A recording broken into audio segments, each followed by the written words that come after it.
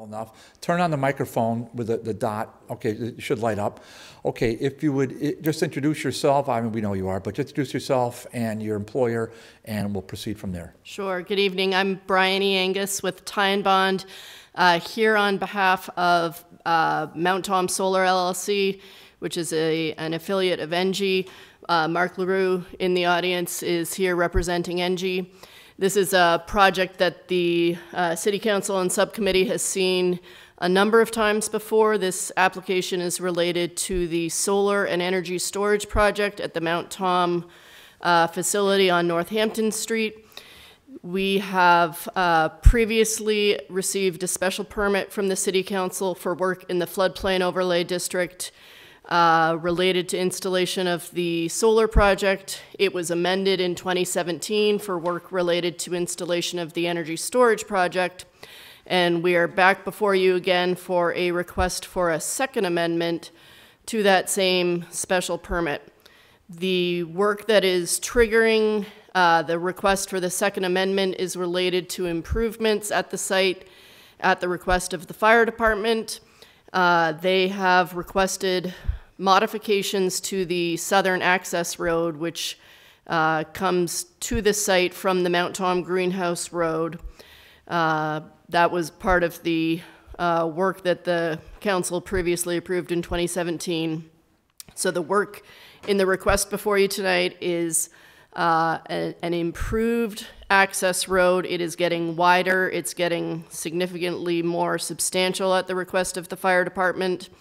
And then we also need to install permanent fire protection, permanent water at the site for fire protection at the energy storage unit. There is an existing water main that comes onto the Mount Tom site off of Route 5. About halfway through the site at the solar field, we are extending it southerly to the energy storage facility, working with Dave Conti and Holyoke Waterworks to get that work done. The work is subject to the council's jurisdiction under the floodplain overlay district. We have already, you're always the last people we come and see just because of the work to get on your agenda. So we have already received an order of conditions or an amended order of conditions for this work, an amended site plan approval, and an amended stormwater permit this fall for all this work. So that is a quick overview. Our application walked through how the work complies with the performance standards for work in the floodplain overlay district. And again, because this work is also in bordering land subject to flooding, which is under the jurisdiction of the Conservation Commission, meeting their performance standards meets yours, but I can use the board to show you where this work is occurring or walk you through the details, and happy to answer any other questions about the solar and storage project that the council may have. Okay, Brian, I really appreciate that. Do councilors have questions for the applicant right now? Councilors do not. We are in a public hearing, so one of the things we want to make sure we let the public know. So you have a right to, for this order, you have a right to address us, whether it's for or against this. I don't see anyone raising. Okay, if anyone wants to speak, you can raise your hand. I don't see anyone raising their hand at this point. Brian, I just have, when you say wider, what's the width of the roadway now, and how much wider is it going to be? So the previously permitted road was 12 feet wide, and it actually followed the footprint of the former Amanda Way subdivision road. I don't know if any of you have been out there, but it's sort of a circuitous path through the woods. The other just sort of piece of news on this project is that since we last saw you, this parcel, which is privately owned, transferred ownership. ENGIE has an easement over the parcel, which remains, but the new property owner requested that the access road be shifted as far to the west as possible. So that explains the new straight alignment, but to answer the chair's question, the road is going to a 20-foot width. Okay. All right, and that's at the request of the new owner, is what I heard. The location is at the request of the owner. The width and the design is at the request of the fire chief. Oh, okay. The location for the new owner, and then the Holyoke Fire Chief wants it widened, and then I think you said improving the actual roadway. The previous road was it was 6 inches of crushed gravel. This is a much more significantly built road. It's still a gravel road flush with existing grade, but it's a lot more deeper, has a geotextile fabric underneath, and it's designed to support the loads of the vehicles that the fire department requested. Okay. All right. As you know, we had experience putting conditions on special permits. Yep. We failed the first time, but then the second time we succeeded in putting a special condition on there, and that was I think that was welcome to some of the abutters anyhow.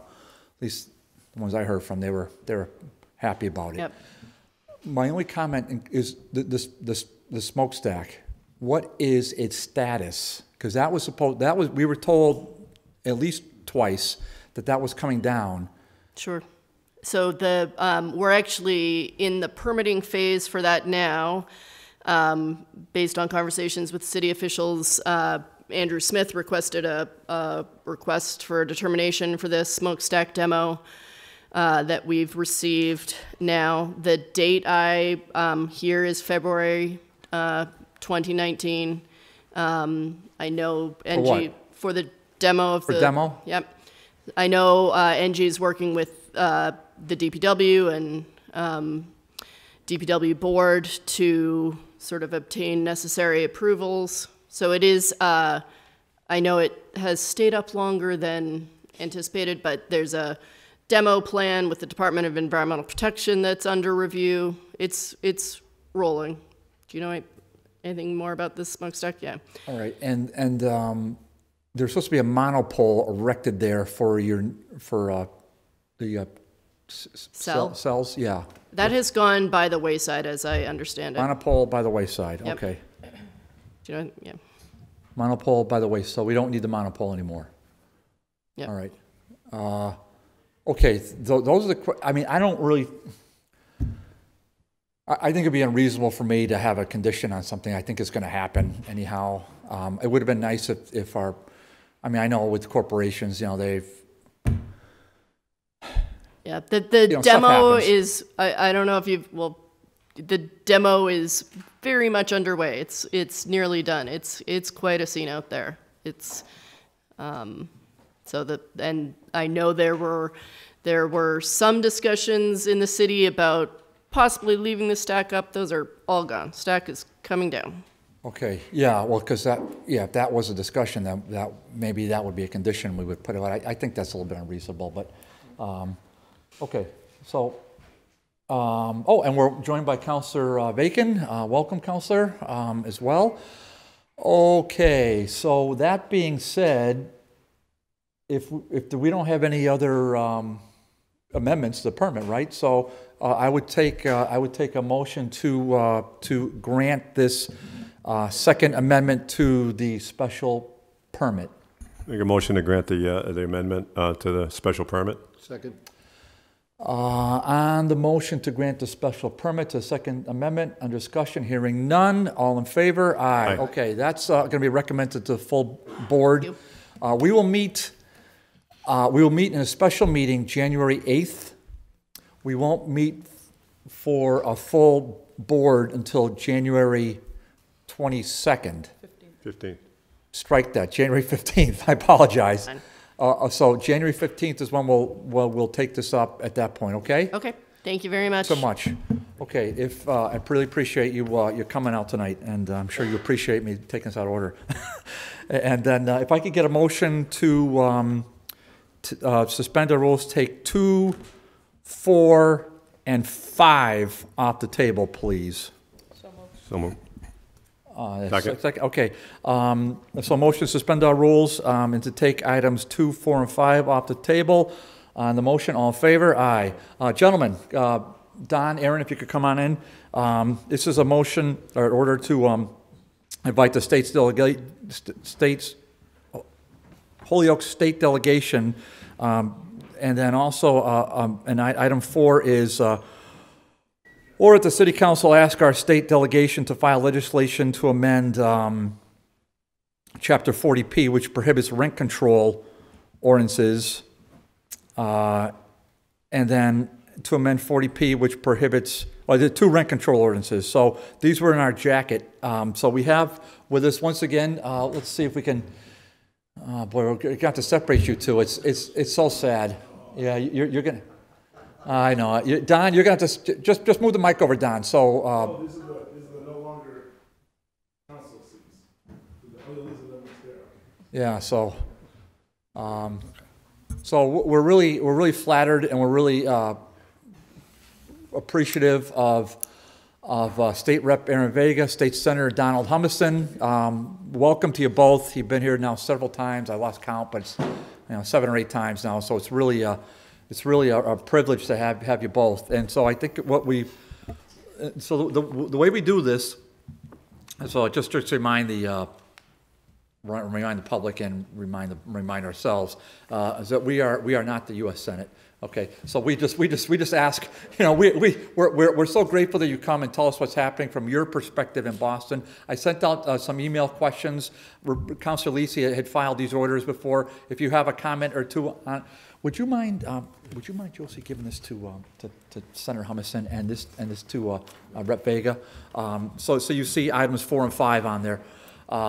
So I certainly want to get your perspective from Boston, what's happening in Boston, how it affects Holyoke, and then I had forwarded just some sample questions. Whether you can, and I see I received an email from Rich Massey, so that may be relative to the work that you did, Aaron, reaching out to him. I'm not going to be able to really read this right now, but why don't we just hear from you two, and then when councilors have some questions, we can do that. We generally would suspend our rules if the public wanted to address either the state senator or the state rep. We will do that. This meeting with them, because they both have families, we're going to be sensitive to the time, and we're not really going to go past 7 o'clock for their part of this, and then we'll move on with the agenda. Okay. Rep Vega. Good evening. Thanks for continuing the conversation. Obviously, we are in the last 2 weeks of our formal session, our informal session, I should say, the end of this session. We start up again on the 2nd. We get sworn in. We'll be filing lots of legislation and working with lots of our advocates out there on co-sponsorships, and the budget's not too far away. So I think we're, even though we're in informal session, we've still been pretty busy. I would say in regards to the MassDOT projects, so yes, I talked to MassDOT today, so we got a little bit of update of some of the projects that are currently under construction and in the pipeline. And I would just say that I think the 2 that maybe had some constituent calls on was that the construction around exit 15 by the mall, that stuff will be done, is the contracted completion date is May 7th, 2019. It started June 1st. So they're at 51% complete. So I guess probably depending on weather, might have some factors in it, but the contractual completion date is May 7th. But again, there's some other updates on other projects, all of them exciting and good. I guess the Lindor Heights one I would mention. They are, as it's noted, they're looking at, they're taking in the meetings we had. Councilor Bartley and myself met with some constituents at MassDOT's office, bringing up the issues around Lindor Heights. So they're looking at that, and they will have their, taking all that into consideration, reviewing it, and we'll probably have another public hearing in February or at the latest early March, but probably February of next year, so of 2019. Oh, okay. Public hearing run by Mass DOT. That's my recollection. Yep. Okay. And they would have that where? My guess is, given the area, probably either HCC, but yet they're having another one for Kelly School actually at the senior center. So maybe it might be the senior center. I guess we can maybe, I don't know I don't really know how they decide that, to be honest. So if you had a preference, maybe we could talk about, we could send them a letter or something like that. I like the senior center. Yeah, the senior center seems like I think that's a great idea, Rep. it's If easy you to could get do to, that. parking, exactly. It's so easy to get to, it's so central, and it's on the bus route. And They're doing that one for the Kelly School well, they public can hearing. say- Yeah. Well, what are they doing for Kelly School? It's mostly it's about the safe routes to school initiative, and so with some of the kids that walk to school in that area, it's lots of lighting, lots of painting of lines, fixing a few sidewalks, some lighting underneath the underpasses there of the train. You know, some kids are kind of going underneath some of the stuff. I know the neighbors really love that art installation, the historic Holyoke piece that has lighting underneath that bridge, because it's just, so there's lots of incredible. opportunity to light stuff up. So it's a lot of lighting and just sort of directing the safer routes for people to be walking to school, to Kelly School. And this is Mass DOT. Yep, it's down on, First I'm hearing this. Okay, good. yep, improvements at Kelly School, SRTS, yes. They're 75% design, so that would be next year as well. And there's a public hearing on January 8th at 7 p.m. at the Senior Center about that. It's mostly around Appleton and Main Street and underneath the railroad underpasses of that area. Okay. Is there anything else you want to add? There's a lot going on. I guess I would say, as far as what I'm looking at next session for sort of priorities that deal with our district and deal with Holyoke directly, is obviously leading on education funding. There's a big momentum now about changes to the foundation formula. I know the Senate passed recommendations from the committee that came out, and we weren't able to get to the finish line next session, but it's definitely a priority. So that's key. And the other two, I think, are becoming some insurance stuff with hospitals, price variance issues, private insurers, how they pay places like community hospitals, basically more than half, less than half of what they pay Boston hospitals. So there's a huge gap between what, say if you're going for a hip replacement to Holyoke Medical Center and you've got Blue Cross Blue Shield, they might pay Holyoke Medical Center $12,000 for that surgery, hip replacement. Same surgery, Blue Cross Blue Shield, at a Boston hospital, $24,000. Same procedure, same doctors with the same credentials, same electric bills, same insurance policies. So that's been hurting our hospital for decades, and we're one of the last few community hospitals. There's 15 hospitals that get paid less than a variance. If you think about one being the medium, and the 1.92 is what Boston hospitals would get, we're getting 0.72. Right? So 70 cents on the dollar. And why is that? Is that private insurance? So, and we're a small community hospital. We don't obviously have, we're a disproportionately insured hospital. We have much more Medicare and Medicaid. So that was determined by an insurance company? Yeah, so as a state, we're trying, so again, obviously the state is tepid when it comes to regulating insurance, but obviously we look at that, so. And then the last one would be, back to education, would be. Well, wait a minute. No, hold on a second. As far as regulating insurance. Right. No, we do it all the time. Right, yeah. I would say the Commonwealth is not tepid as far as regulating insurance. I would say it's the opposite. And not only say what is the opposite, I would say. Here's the real story. I hope the cameras are going. Well, I would say it's a total unfair Ponzi scheme, how the city of Holyoke has auto insurance rates that are for the same car, and you go to South Hadley or you go to it's a completely different rate. So that it's completely upside down. So it's not the same throughout the Commonwealth. So let's not even pretend. That there's that. I don't want to pretend, because we're all adults here, and we know there's lobbyists, and we know the lobbyists do what they do, and they get a lot of things passed. But we get a lot of good lobbyists out there that's trying to help us on the right issues too. But there's that's great. But those are things that those are uphill battles, and I applaud you for even taking it on. But it's. That's going to be a tough one. The Senate actually did fix it in their health care bill. They addressed it. So, and we did too in the House, different ways, but we didn't pass the health care bill. Right. And the last thing I'll say is Holyoke Community College, working a lot with HCC. Obviously, as your colleague knows, some of the data. Just real quickly, I would just say two things there is that, and again, with the insurance, with the hospital, and with how HCC gets its funding, none of it's based on, the great things they're doing on performance or achieving all these great grades and all this other stuff. But the big issue, I think, at HCC is that, again, is one of the lowest allocated per student in the formula. Other community colleges get more than HCC, and we obviously deal with a pretty needy base. And to highlight that, 75% of the students that come into HCC, again, not just from Holyoke, but our surrounding communities, all the way from Ware and Springfield and Westfield and all over, 75% of them are taking remedial English and math their first year. And so obviously that creates a big issue. And only about 25 to 30% of those kids are making it through HCC. So 50% of the kids who enter as freshmen aren't making it, despite all the effort that HCC does. And they have all the programs to help those kids, but they can't expand it to the numbers. So we're trying to figure out how we can work with that and get the kids either into professional development, workforce development, get their associate's degree, and be transferring off to places like Westfield. Westfield State, 45% of the incoming transfers to Westfield State come from HCC. So we're doing the right things. We just can't get it to everybody. That's the issue. Oh, that's wonderful. How about enrollment at HCC? Where is that? Enrollment is going back to the levels that it was before the recession. So some people will say, oh, your enrollment's down from last year. It's still up before. I don't know where it is. I'm just asking. Yeah, I don't know the exact number, but there was a big balloon in 2008, 2009, 10, 11. Now it's going back to more like the 07, 08 rates before the recession. When recessions happen, it's often people go back to community colleges for retraining or whatnot. People kind of think, there's no jobs out there. I might as well get some education or whatever the case may be. Obviously, if you've got a good job and you're getting paid enough, you don't think about going to get your education expanded. So it's leveled out after the recession. I don't know the exact numbers. Senator. Councilor, thank you. Thank you, Representative. Good evening, everybody. Thank you for the invitation to join you again. Hello, everybody at home and behind us.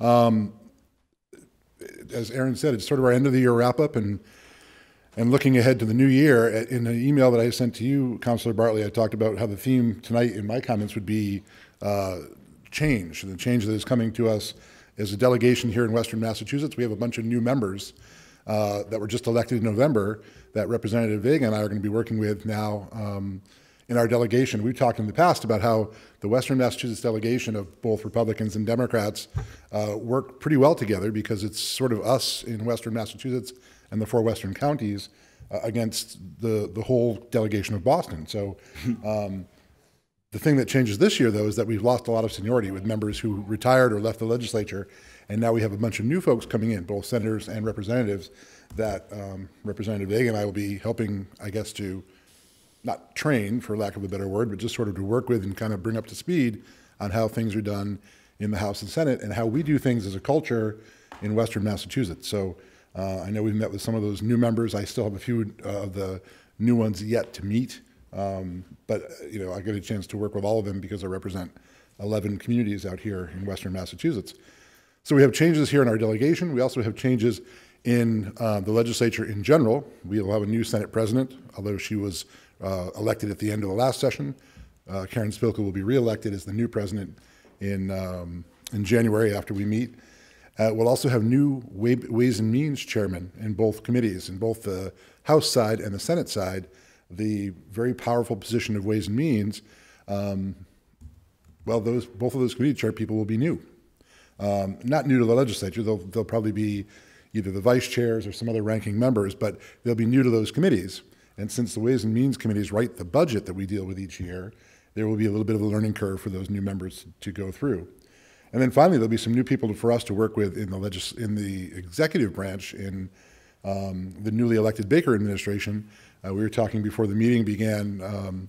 We'll have a new Secretary of Public Safety. We'll have a new Secretary of Elder Affairs. And one of the agencies that's been really, really good to us here in Holyoke is Secretary Jay Ash, who's now announced that he's leaving, and that's the Community Development Agency. And so Secretary Ash has been here in Holyoke many, many times, usually with bringing some good news in the form of a check or a grant for the city to undertake some project. And he'll be leaving, and his replacement will rapidly become our new friend because we'll be on the phone with that person quite a bit. As far as news for the future, I serve on the Committee on Ways and Means myself in the Senate, and we had a meeting a couple of weeks ago in Boston with the Administration and Finance staff, and we heard from economic experts, for lack of a better word, folks that come in from the universities each year, folks that come in from the Treasury and the lottery, and try to predict what the consensus revenue is going to be for this next fiscal year. How much money will the Commonwealth take in taxes, in tolls and fees and fines and settlements to spend on running state government for the new fiscal year that begins in July. The sense from almost everybody that met that day is that things are starting to slow down economically. We're not going to have as much of a rate of growth in new revenue. We won't have as much economic activity. So things, while not cooling off altogether, won't be as hot as they've been. So we just have to be a little bit more worried about new spending programs or new or expanding programs that exist because the revenue may not be there in the new fiscal year. I don't remember the exact growth. I think they're talking about somewhere in the area of 4%, but it is somewhat cooler than the current fiscal year, and it's just something that we just have to be ready for when we start drafting the budget. And as Representative Vega said, the governor is going to make his State of the State in January, and the budget starts right after that. He releases his version of the state budget at the end of the month, and then the House and Senate committees begin meeting right away. So there isn't a lot of time for new members to get up to speed on that, and certainly this administration has been around for a couple of years, so they're ready. But we're going to have to be ready as well with the new budget numbers for all the programs that we deal with here locally and also across the state. And Aaron talked about the things we look out for, protecting our local agencies like Holyoke Soldiers Home or Western Massachusetts Hospital, or the local hospitals like Bay State Noble or Holyoke Medical Center. We also look out for our schools, especially here in the city, and things like infrastructure, transportation, and the like. So all of those are things that I know are near and dear to our hearts, and certainly we hear from our constituents about. So we'll have to be ready to deal with those in the new year. Just speaking of schools, I just want to, we've had a lot of talk here about reimbursement for building schools. And Yeah, I believe it's at 60%, is what I'm, 58%. Okay. Is there any sense that that number is going to change? Well, it used to be much higher. It's actually gone down. Well, right. No. So it's 80% of a number that they use for their square footage, as was explained with the committee that was here a couple weeks ago. So the square footage that they use is not the square footage that it takes into, because it's 15 years old, I think at least, is when the Fontaine brothers said the last time. I think it's been at least 15 years since they've updated it. So in talking with MSBA and the Treasurer's Office, that's regulation, not legislation. So we don't dictate it. So they upped it on their board decided to up it 15 years ago, and they upped it however before that. So it ends up, they're calling it 80% based on an average square footage that they're using. That's, like I said, 15 years old. So yeah, we end up getting 58%. Same formula that we had with the high school renovations, but obviously costs were a little bit better. Yeah, and I just want to make that point. So it's 80% on the old formula. So, Right. But it's 50% of what it actually is. 58, yeah, 60, yep. 58%. Yep. Okay, Yep. and I'm going to turn over to any councilors, because I got to get up and take a call for a second. But we constantly hear rhetoric here in this body that number should change or will change or may change, but we petitioned them to change it. Yes, yes, that they know. You petitioned to change it, but the yes, sense of them change. Would they change it? It's a money. I mean, it's a money thing. They get a certain amount of money, and can they fund building 80 schools if they end up doing 60%, or do they do and they get building 40 schools if they go back to the full 80%? I think they get a that's certain amount of money. How are they funded? Well, it's a penny on the sales tax every year that we pay. So I think that's the main revenue. Yep. There's no other appropriation through the budget. Right. It's really a penny on the sales tax that everybody pays. Okay. It goes into the MSB fund. Yep. So it's 1 cent from the sales tax. So whatever that number is, and so that's how they have a Yeah, so obviously their mission okay. is to build as many schools or renovate as many schools as they need to, or as they have to. And so they try to find a way to balance how much money they have versus how many projects there are. Mm-hmm. And in a state our age, and we're an old Commonwealth, we have a lot of schools, a lot of cities, and older communities that are looking to replace or build new schools. So they're trying to find a way to, I guess, stretch that amount as long or as far as they can. And there's no help coming in from the federal government per se, so they've got a lot less money to deal with than they'd like. Okay, Councilor Sullivan? Thanks. I understand the piece about the square footage, and I wish Joe is here because he's much more in tune with this than I am. But from what I've seen, they're making deductions to our rate. There's other communities out there that are getting the full 80%.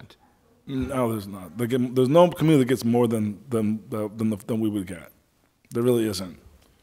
There isn't. I mean, if you find the, I just talked to Lawrence the other day. I talked to Pittsfield, the rep from Pittsfield. They just went through this last year. East Hampton. I mean, there's no, it's a community that would get less than us to begin with, has those add-ons, has those things that they could get their percentage increased, but they would never get it increased more than 10% from where their baseline was, where they started, and they probably wouldn't get to the 58, 60/80, whatever we're calling it. I mean, they're not. So maybe on a renovation, because they're not including technology and other things that are cost, right? I mean, when you build a building, we're adding in the square footage cost of a school, includes technology and all the other things that go into the school. But do you have a better way to phrase it than what I'm saying? No, they talk about the add-ons, but I think you're right. The add-ons. This is totally made up. Let's say West Springfield reimbursement would come in under the formula at 50%. Which would actually only be 38%, right, or 42%, right, whatever the reality, right? But then they could add on certain things because they are getting more, whatever the issue, whatever those add-ons are, they could get their thing up, but they wouldn't get it past. It might look on paper that they got 72%, but then remember, we're not getting 80%. So 72 would actually be, whatever the. You get it? No, I don't. I can understand what you're saying, and Joe has a good handle on it. Yeah. Yeah, I mean, we should have a separate meeting to talk about this more because we can bring in. They're very willing to meet and explain it to like I said, I've talked to Lawrence. I talked to the Commissioner of Education on Wednesday last week about a couple of things. One of them being this exact issue, and he went through this exactly in Lawrence, and Lawrence got the same that we're getting. The same shaft we're getting as I understand. I'm not making the state to be the good guy here. I'm with you that the rate should be better. I'm not saying that, and I would say for all communities, and especially Holyoke, I'm not trying to paint the state as the good guy here or the bad guy. But yes, I get that. Yes. But the way I see it, the gateway communities, which Lawrence is one, we're getting a shaft. Well, some of these other communities down in the Boston area are getting a much better package on their new schools than we're able to get out here for whatever reason. And Joe's a lot better at explaining that reason. It just seems to me, we're the poorest community and the most in need of it, and we're getting the least amount of help. In a nutshell, that's what it is. Yeah, I mean, it's frustrating when we're under a state receivership, and so we're paying for the receiver's salary, and we're being dictated to by the receiver, appointed by the Secretary of Education. I hear mean, the frustration. what am I missing, guys? Well, you're missing the fact that because we're in receivership, we've been able to leverage and change programs for early education. So we're now partnering with VOC and using funding in ways that no other community is doing. Because of the receivership and the way we've been able to work with MSBA, we're able to do 2 buildings at once for the same cost while other communities are trying to do 1 building, unprecedented. Because we're in receivership, the MSBA did the study of our schools without charging us. So they studied our schools before they came up and said we should build 2 new schools.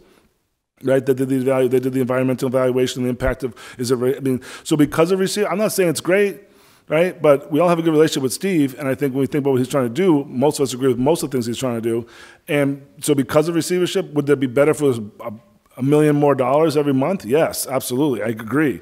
Would it be better if some things moved faster? Yes, I agree. Would it be better if we got fully funded charter school reimbursement? Yes. Would it be better if we got fully funded special circuit breaker? Yes. I mean, I'm with you.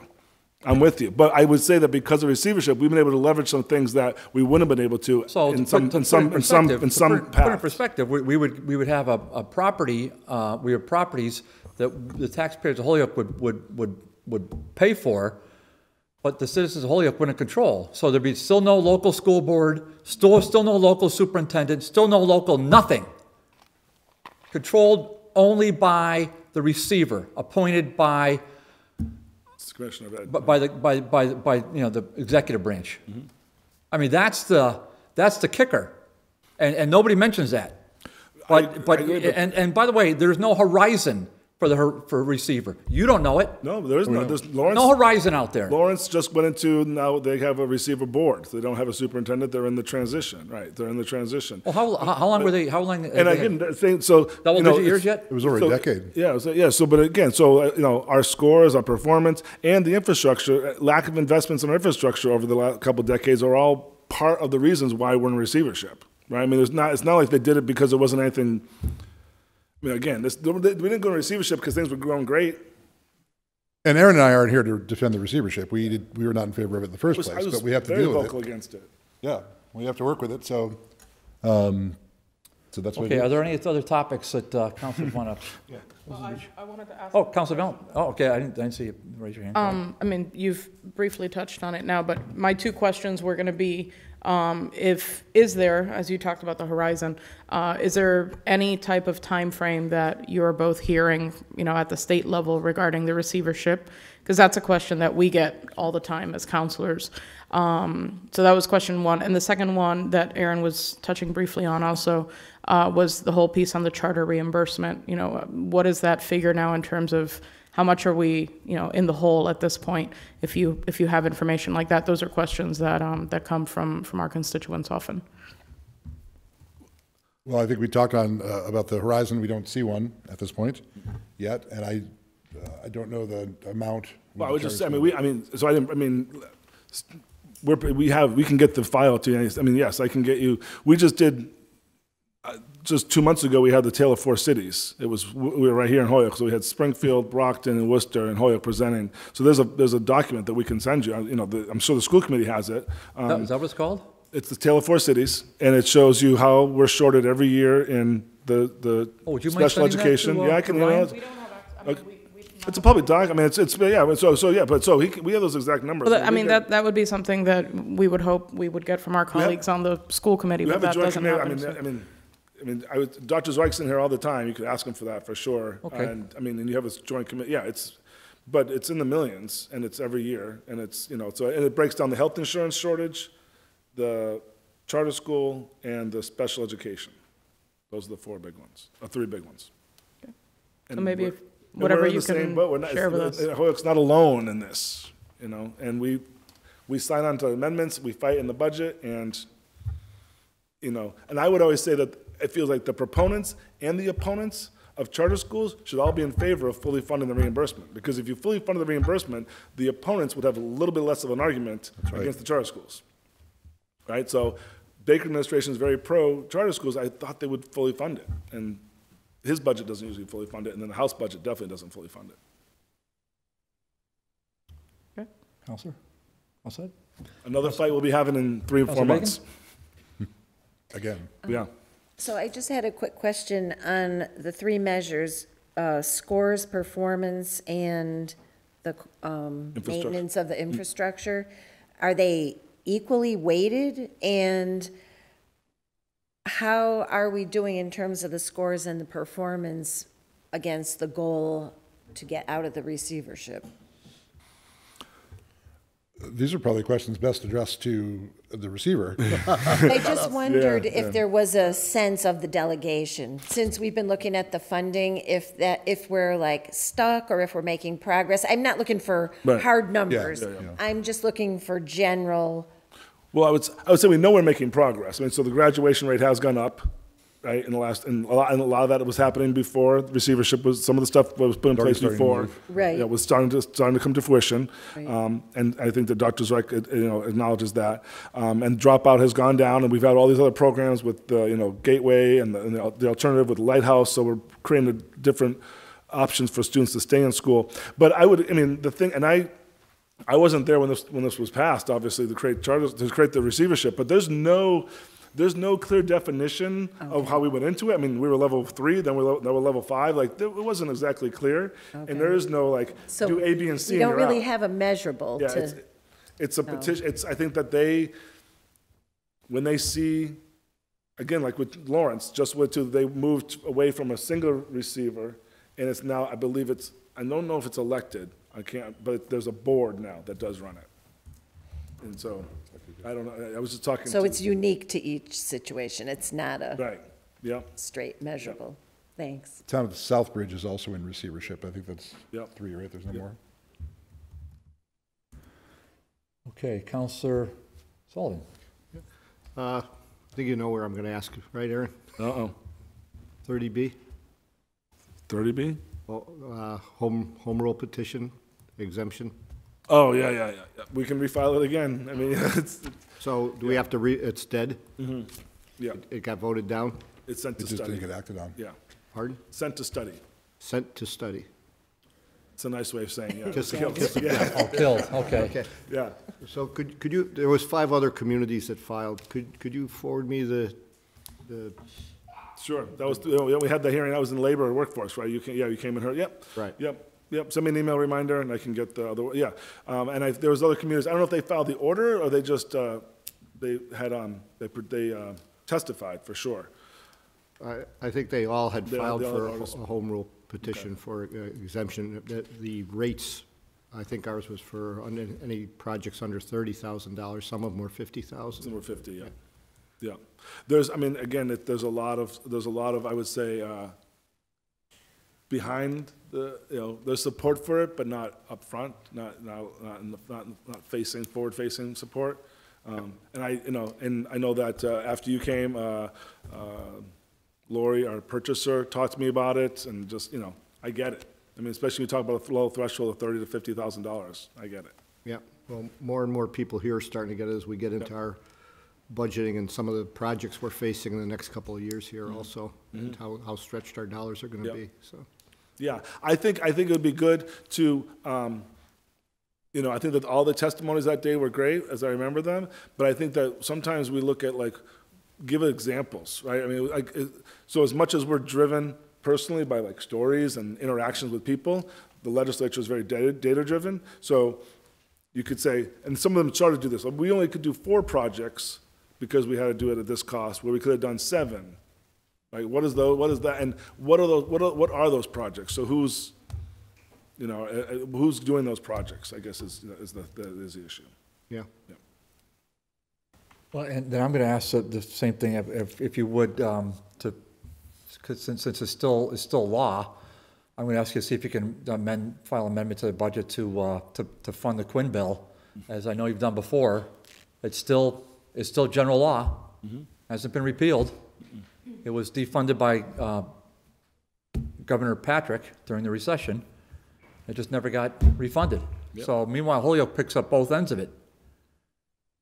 And Springfield and whoever else does it. Yeah, But that's something it'd be nice to see you both file, and I frankly, to be both, you know how much I respect you both. I'd love to see you send out a press release and send something right to us in the city of Holyoke, and so just so we know you're down there at least giving it a shot.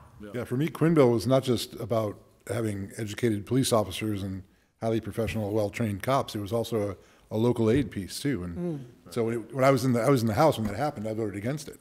I did not want to see us eliminate the money for Quinn bill. And I try to keep the issue alive. We'll definitely do a budget amendment. We can work with you and do some press about it. But I have a bill that I file again. Again, it's going nowhere. But it's similar to how they originally funded traumatic brain injury programs in the state. So it's a 1%.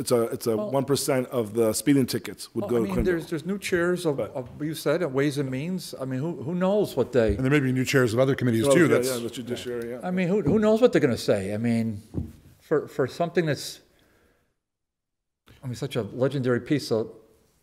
You need other Massachusetts communities to history. step up and support it though too. not all legislation gets refiled, but it's the start of a new session in January, so there will be new legislation, and a lot of the old legislation that died or got studied or didn't go through the process will get refiled by its sponsors, maybe retooled a little bit before getting refiled, but we're starting brand new. There'll be new public hearings for every piece of legislation for the next 2 years, and other opportunities. Great.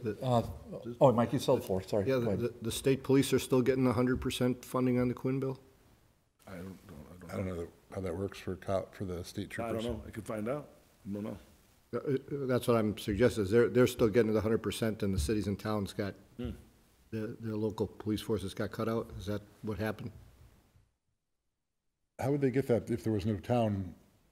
I don't know how that would work. I'll look into it. I don't know. I don't. So there's a state police There's a version of the Quinn bill for state patrolmen? I don't know. I'm not saying yes, there is. I have no idea. No, I don't know that. I have no I'm idea. trying to how that would happen. I've no idea. Never heard. Never. I don't believe there is. I've never heard that there is. Councilor Tallman. Thanks, Don and Aaron, for coming down. And one of the things is finances. Of course, our community is one of the poorest in the state, and we're always looking for funding from the state. I know you do your best to try to bring in the bacon, so to speak. Just recently, we have 2 new casinos and another one they're building, and generating a lot of revenue for the state. How does that money? Can some of that money trickle down to the communities, and how do they do that in the budget? If it's well, when the casino legislation was passed, it was long before a single shovel went into the ground.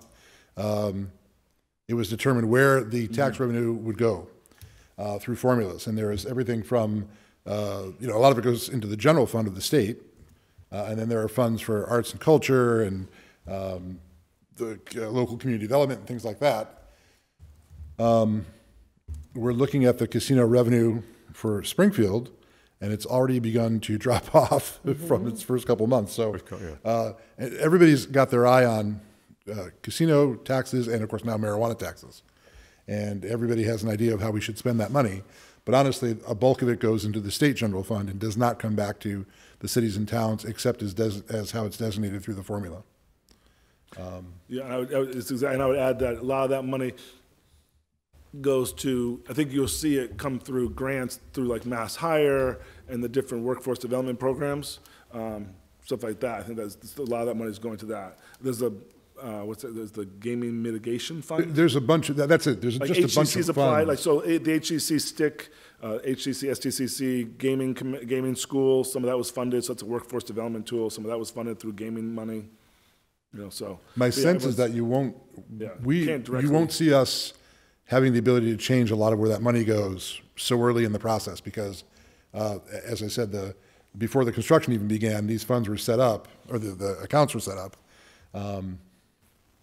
It'll most likely be the sense of the legislature to let them ride for a couple of years at least and see how it goes with the breakdown of the money that comes in through gaming taxes and also through marijuana taxes. Yeah, there's a cannabis fund as well, a cannabis impact fund, and we did get some things listed in there to be funded, like drug rehab programs and prevention programs, prevention wellness trust fund, stuff like that, some of those health programs. So there's a fund grant program being created with that, some of that tax revenue, but again, most of it goes to the general fund. Okay, thank you. And the other question I had, and you touched on it a little bit, Aaron, about the Mass DOT. Are their timelines pretty much on schedule, as far as their projects they're looking at?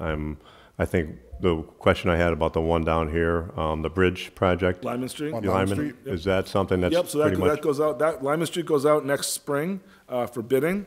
And again, I think that they've been really, they've been very helpful. And we had a number of meetings with some of the landowners down there, Currens, John Aubin.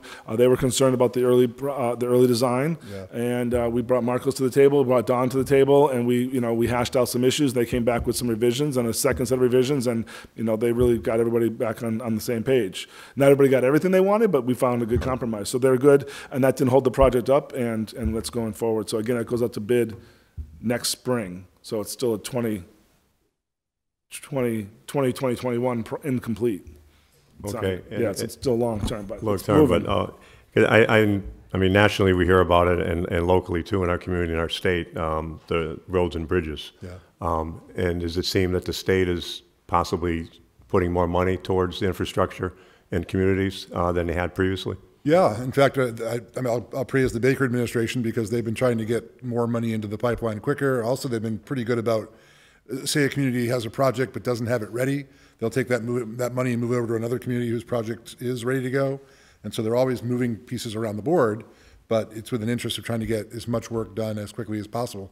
Hopefully if we have good mild winters, construction continues throughout the winter and doesn't come to a complete halt, but we all hear it, nobody's happier than when their street is paved or their bridge is fixed than we are.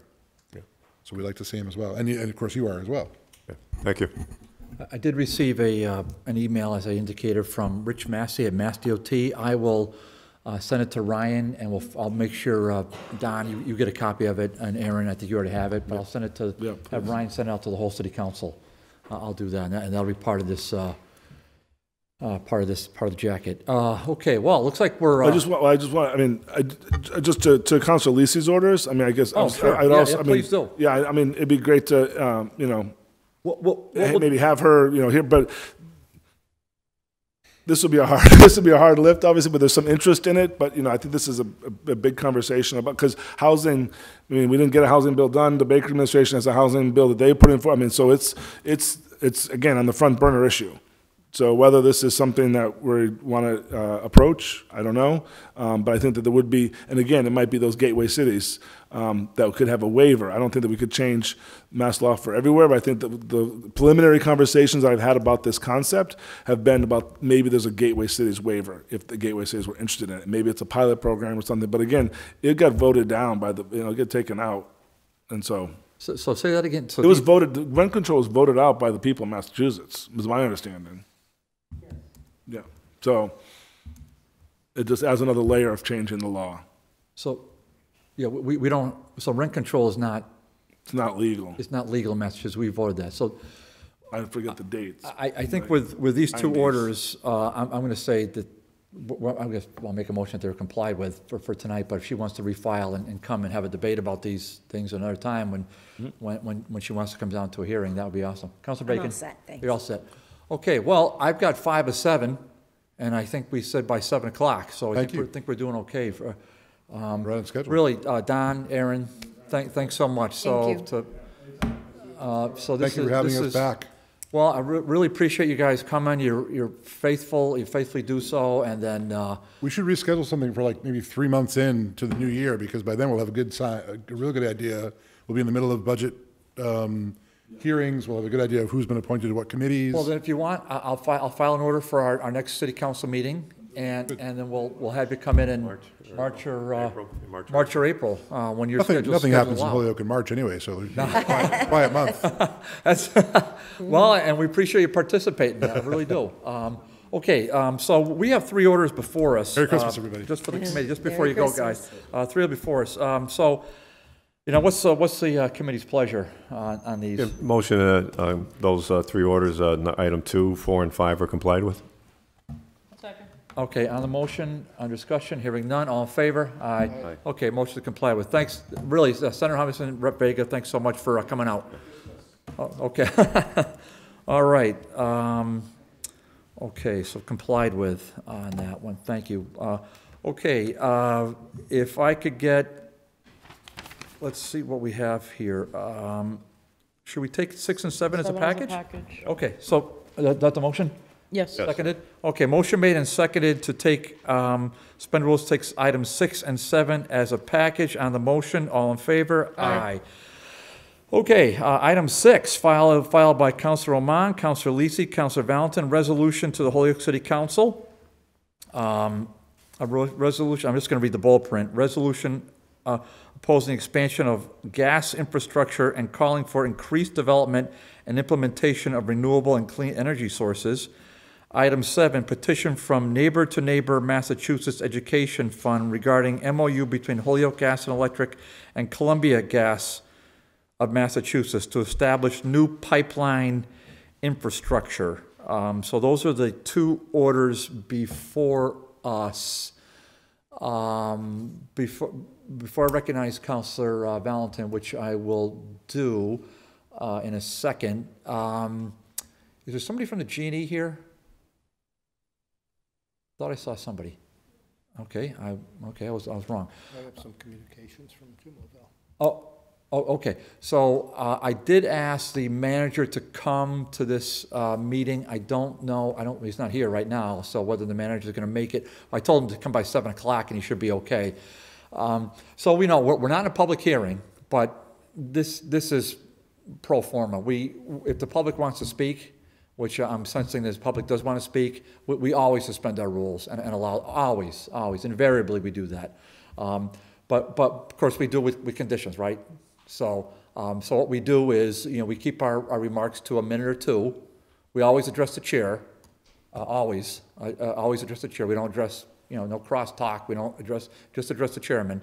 And then if you feel like it's getting repetitive, or I feel like, we've heard the same thing a couple times already, I might interject and say, we kind of heard that. I'm not being mean. I just want to get, I know you want to emphasize things, and I respect it. But, hopefully we'll just get new information from each person. And if those are reasonable ground rules, I think we can make that happen. So, Councilor Valentin. I just wanted to say that based on the fact that both items 6 and 7 came to us through contact and leadership from neighbor to neighbor, and many of them are here, I wanted to ask the committee to, as you just stated, suspend the rules and allow for public comment, even though it's not a public hearing. I'll second that. But I'll second with a friendly amendment, but including the conditions that were aforesaid, is my amendment. So there's a minute or two. We're not going to be repetitive. We're going to address the chair. We're not going to have crosstalk, and we're just going to be completely civil about this. Okay. Just a question for the chair. On discussion, Councilor Sullivan. Yeah, are we allowing just Holyoke residents or people from out of town also? I think we can, interested persons, whether in Holyoke or I'm okay with that myself. I'm okay with it. Yeah, I'm okay with it. So on that motion to suspend rules with the conditions, all in favor? Aye. Aye. All right, so now Councilor Roman is not here. Councilor Lisi is not here. Fortunately, we have Councilor Valentin here, so we're lucky in that regard. This is your order. Did you want to make some remarks, Councilor? Oh, there he is. Okay, how about that? We have, we're going to welcome the manager of the G&E, Jim Lavelle. Jim, why don't you come in and come on in and actually we get a motion to suspend the rule. Motion to suspend, allow the manager of G&E to join us. Second. Yep. On the motion, all in favor? Aye. Yeah, Jim, if you just sit down. Oh, is Brian going to join us too? Really? More support. Really? Okay, this should be interesting. Now's my chance for revenge. Appreciate it, Dave. Sorry. Okay, so where we are right now, gentlemen, is we're going to allow, because this is a neighbor a motion. This is Councilor Valentin's resolution. The co-sponsoring councilors for this are not present. We have a draft of the resolution, copies here. If you would pass those out to them. Does Councilor Bacon have a, okay. Councilor Tallman, could you give this to Councilor Bacon? The rest of us have it. Okay, so do you have the petition? Do I have the petition? I'm sure I do. But do I have it in front of me? I do not at this stage, but let's see if it's... Let's see if... I'm sure Ryan put it in here. So if you don't mind, I got to make a mess here. Neighbor to Neighbor Action Fund. I have a petition right here. Okay. All right, so I have the, so thank you to our administrative assistant for doing a nice job putting this together. This is, so the resolution I briefly touched on, and then the petition is, is received by the clerk on the 20th of November. I think there was number totaled on here, but I don't see how many signatures there are, but I think there were a couple hundred. And so it's, did you want me to read it? Well, just for folks at home, just a brief summary of what the petition is for. Okay, let me read, I'll just, in 2017, HG&E signed the Memorandum of Understanding with Columbia Gas of Massachusetts to increase the amount of gas the cities of Northampton, East Hampton, and Holyoke receive. Now, I'm just reading the petition as is written before me. All right. The agreement is to bring gas to Holyoke by building a brand-new pipeline called the, quote, alternate backfeed, unquote, starting in the city of Agawam to also go through the city of West Springfield instead of receiving our gas from the Northampton lateral.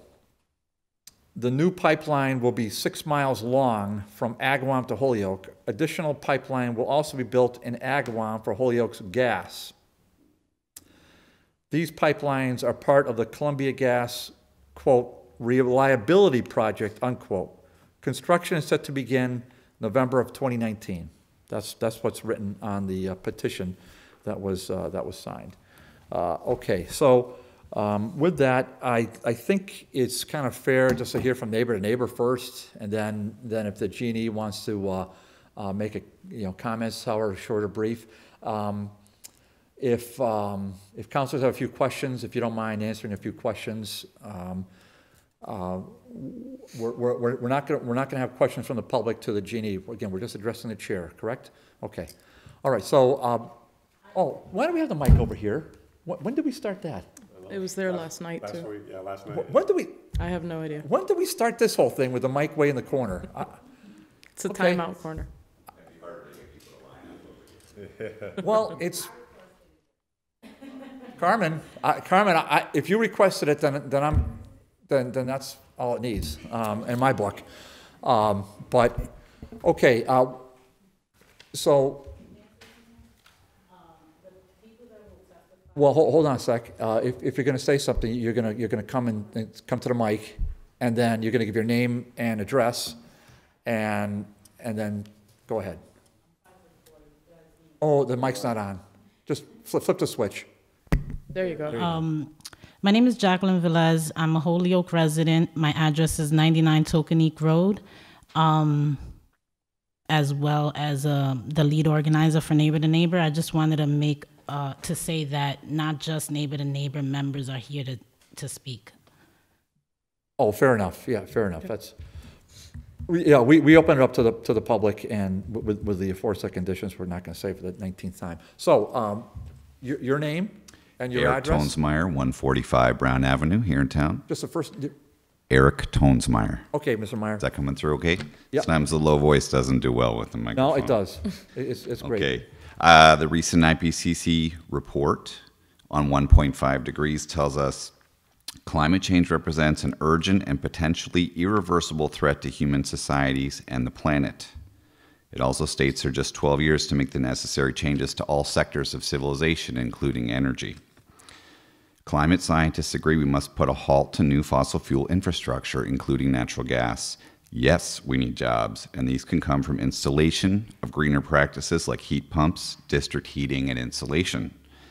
An engineer from the High Speed Computing Center tells me they already generate enough waste heat to run 14 acres of greenhouses at 70 degrees all winter long. I don't know if they're still planning to expand. That would provide even more. And that would be a great source of heat, alternative source of heat for grow houses in that district. Without Holyoke, this deal falls through. I believe there's only one other city that could draw off of this extension. And that means even if our gas usage stays the same, and this does increase our capacity, we're complicit in increasing fossil fuel use for the region as a whole by making this infrastructure possible. If we're creative, we can avoid greenhouse gas emissions and aim to make our heating as clean as our electricity, making us an even more attractive city for green industry. Thank you. Thank you. Next, please. Hello. Hello.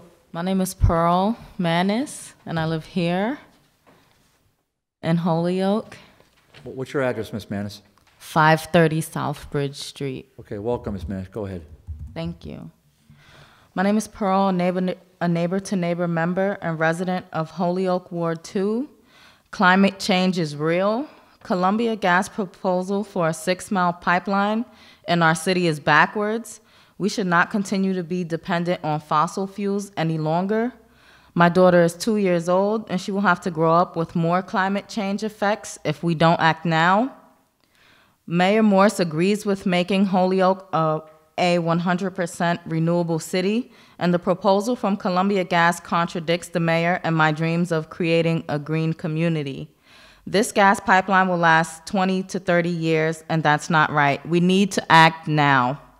We cannot forget the thousands of people in the Merrimack Valley who had to evacuate because of the 70-plus fires and explosions that occurred because of the overpressurized gas lines on the Columbia gas system in mid-September. What happened in Andover, Lawrence, and North Andover will not be isolated. These are events that will occur more and more as we continue to build more pipelines and rely on natural gas. Instead, we need more renewable energy, such as solar and wind, to power our city. The IPCC, Intergovernmental Panel Climate Change, report said that we have 12 years left. Let's be on the right side of history and take bold action to stop this pipeline infrastructure in our city. And I just wanted to quote an article from Mass Live. Holyoke Mayor Alex Morse featured among Voices for 100% Renewable Energy, updated on March 12, 2018, 5:31 a.m.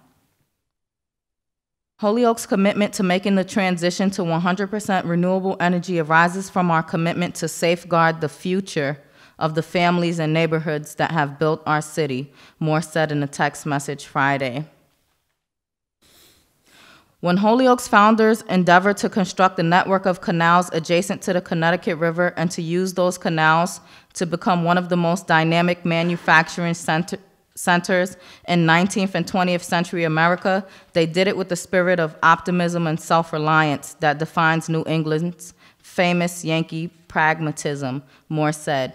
Today, we are tapping into that same spirit of self-sufficiency, to generate renewable power in Holyoke for Holyoke citizens. Thank you. Thank you. Anybody else? Hi, can you hear me? Yes. All right. I'm Sarah Crone. I live at 41 Pearl Street in Holyoke. I'm a member of Neighbor to Neighbor.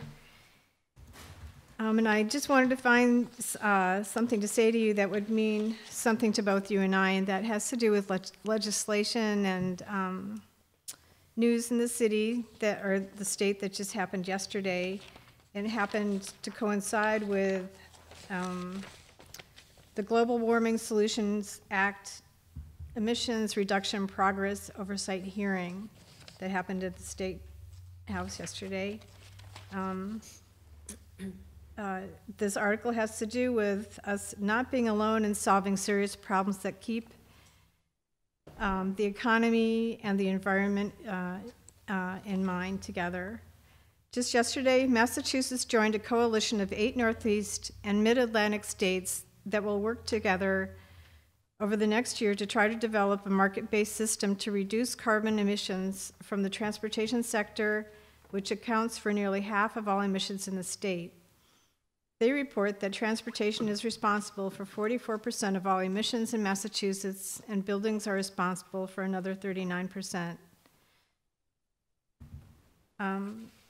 It was also suggested that we need to support a Massachusetts-centric strategy to speed up emissions reductions. The scientific community, according to those experts, now believes that it would be necessary to achieve net zero emissions by 2050 to keep global warming to 1.5 degrees Celsius this century and avoid some of the most devastating impacts of climate change. So let's keep the conversation going and include voices from sectors relating to climate crisis.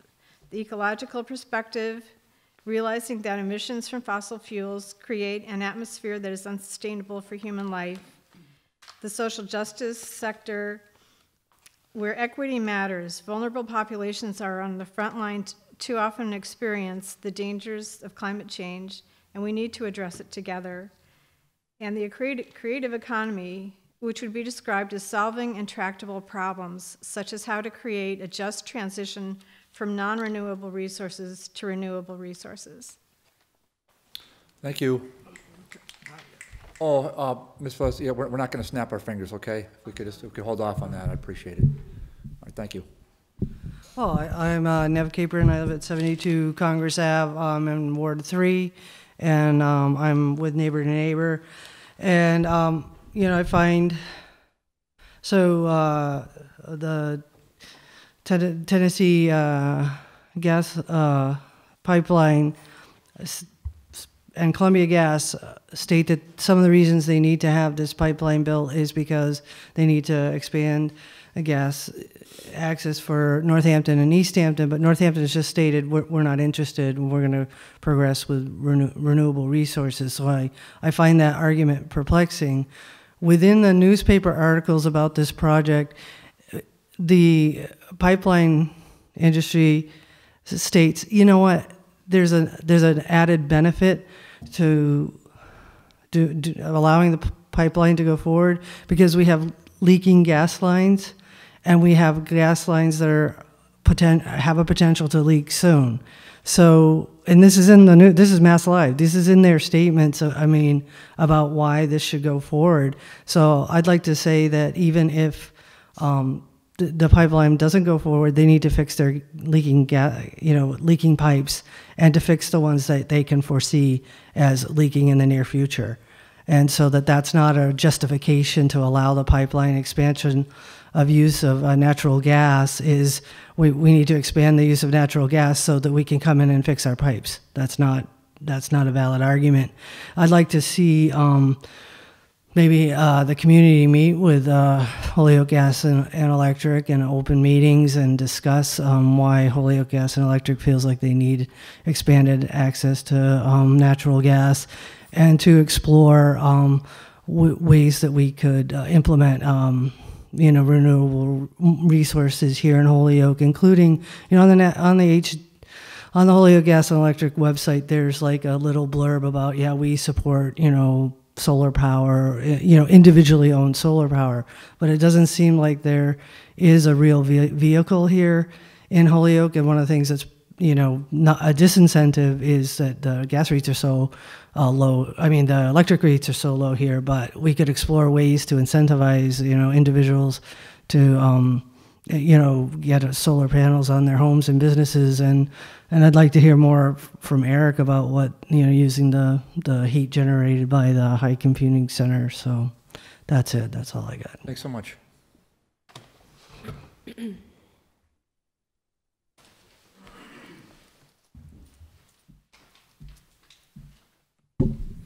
Hi, Councilor Bartley. My name is Price Armstrong. I live at 57 Park Slope here in Holyoke. So I'm addressing you as a resident and a ratepayer.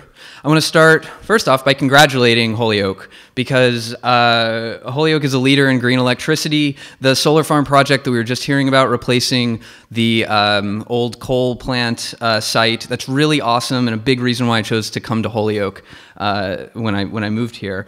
But unfortunately, I think as everybody has said, it's not enough. So everybody's been saying 12 years, 12 years. 12 years, and we're actually already starting to see the impacts of climate change today. So Hurricane Maria has shown that extreme weather in faraway parts of the world impacts us right here and impacts many loved ones of people who live here in Holyoke. So from forest fires in California, droughts in Central America, floods in Boston, as these places become harder to live in, we can expect even more climate refugees, even more loved ones to be impacted. The impacts are going to be felt right here in the Pioneer Valley. So we're already seeing the impacts of our changing climate. Any decision we make to burn more fossil fuels is a decision to embrace a worse world for our kids, our grandkids, and shockingly, ourselves. I mean, just to editorialize a little bit, you hear about climate change as being something that's kind of far away off in the future, but it's happening right now. So I encourage the City Council to pass a resolution stating unequivocally that it is opposed to natural gas capacity expansions in the region. There might be financial motivations right now to expand capacity, but the disastrous consequences, financial, environmental, human, should be reason enough to make the right decision and oppose this project and other similar projects. As a ratepayer and a resident, I urge you, some considerations are more important than short-term financial gains. Thank you. Thank you.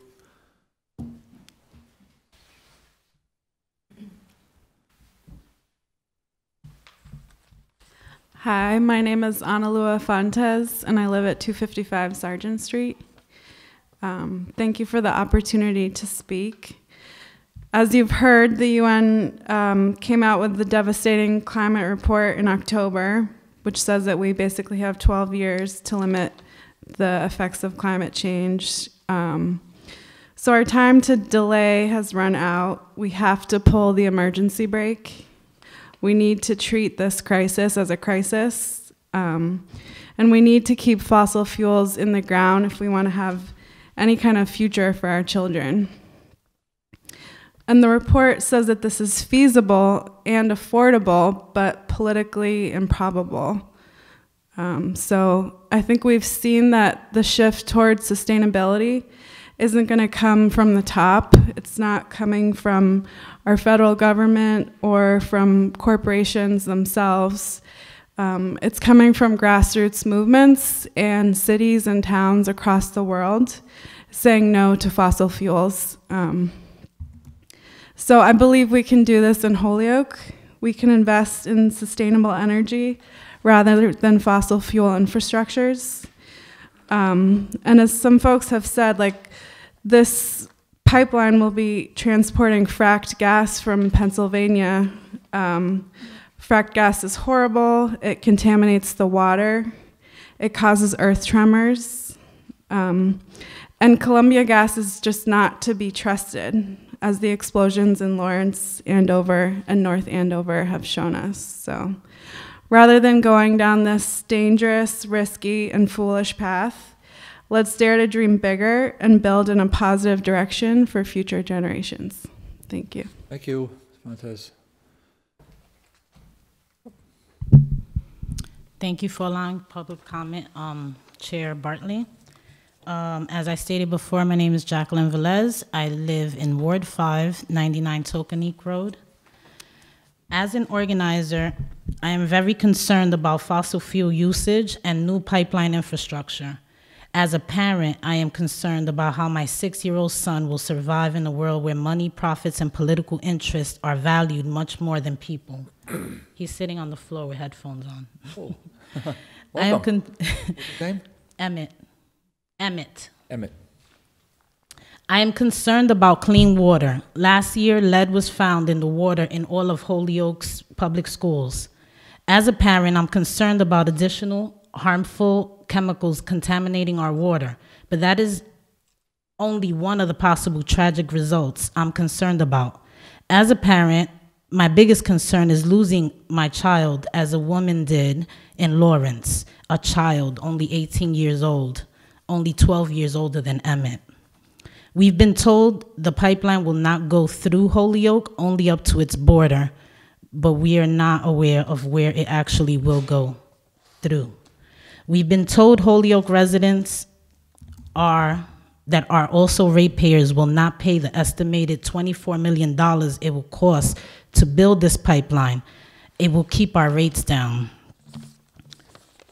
We've been told HG&E is only accountable to its ratepayers and not all Holyoke residents.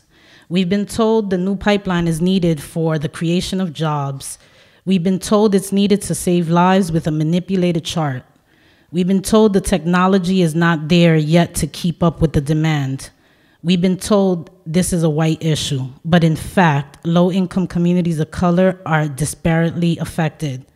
None of these provocations are good enough to put Holyoke residents or our children at risk. We are not anti-HG&E. We're not anti-new businesses coming to Holyoke. We're not anti-marijuana. We want to be included in the decisions that will directly impact our lives and the lives of our children. We're anti-new pipeline infrastructure and fossil fuel usage because the negative results outweigh the positive. We want to help come up with solutions and not just complain about the problem. Thank you all for the service that you provide our city.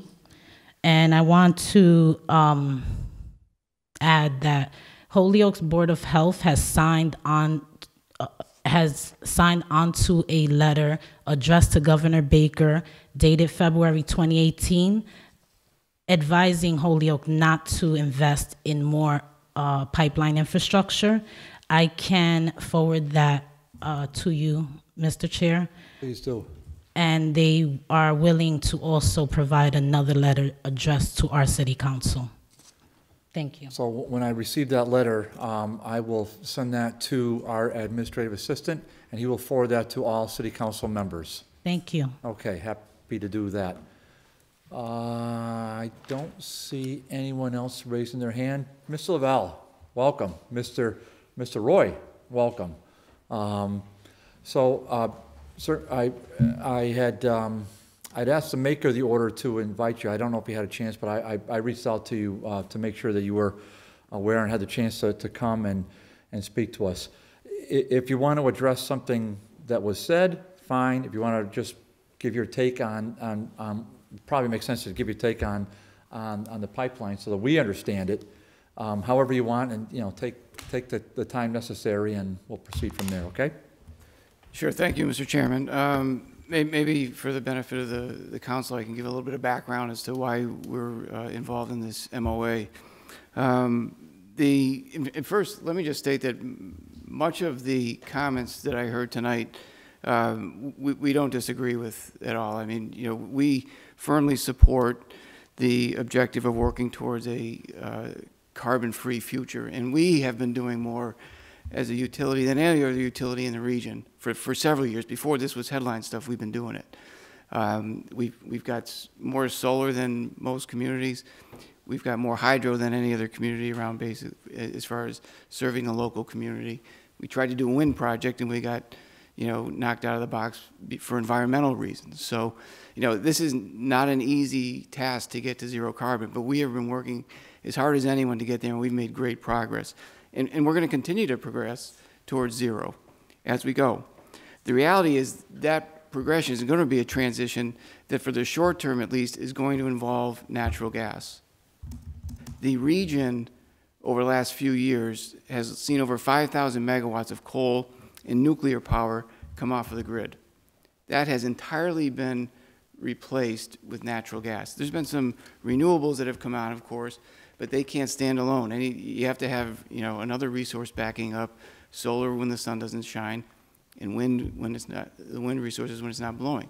So all of that has been, natural gas capacity has been added with no new pipeline capacity. And when I talk about the 5,000 megawatts of electric generation fueled by natural gas has been added, but no new pipeline capacity. The current constraints are not only, they're causing two major problems as a minimum. Because there's not sufficient capacity in the peak winter times, electric generators where they have dual fuel capability are forced to turn to oil. So today, because we don't have sufficient capacity, we're burning oil during peak periods. The beginning of last year, 2-week period from the end of 17 into the first couple weeks of 18, 2 million barrels of oil was billed to support the electric generation that was needed for heat. That's more than the entire amount of oil that was burnt in 2016. So 2 million barrels of oil were burned? Because we didn't have natural gas sufficient to fire the electric generation. Okay, this for America, or for New England, or for New England? I'm sorry. For New England. Yes. Okay, just want to make all right. And another impact is because of the high demand for the available natural gas, the price spikes. So during that same period, natural gas, which normally clears on the spot market at $3 to $4 a decatherm, was up over $100 a decatherm. So New England's natural gas consumers and electric consumers get to pay for that during these periods, and they're becoming more and more frequent.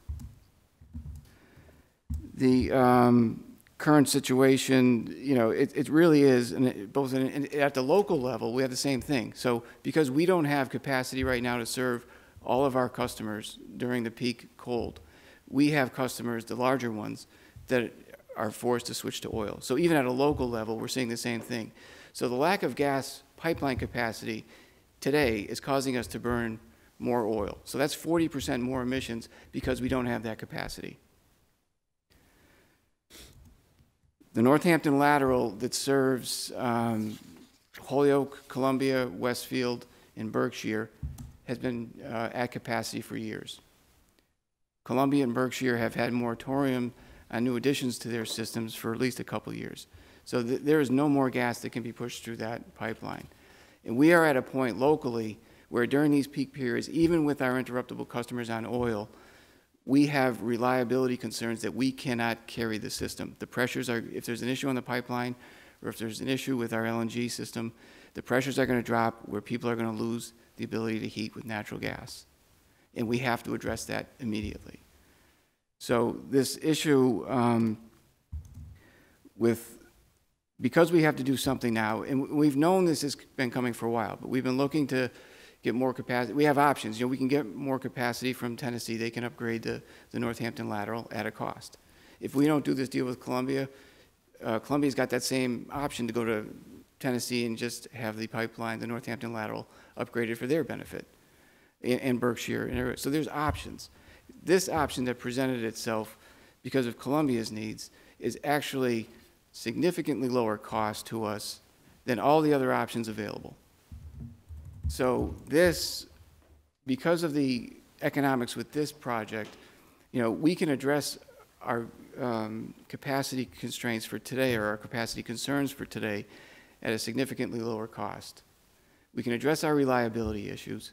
We can have room for economic development that might bring jobs and taxes, but that's not the primary driver. The primary driver right now is meeting the current reliability issues and not breaking the bank of the ratepayers, or not breaking the wallets of the ratepayers.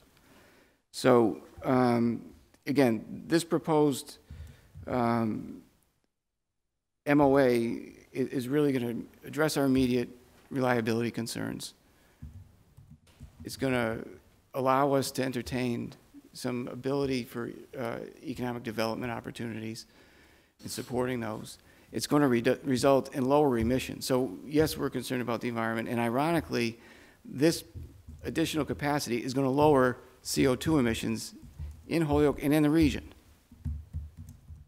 And it's because of the economics, and because it's not as expensive as other options, it does not commit us for generations to natural gas. It allows us to continue to monitor ways to continue on our path towards zero emissions, where we find a solution that's viable and makes economic sense for our ratepayers.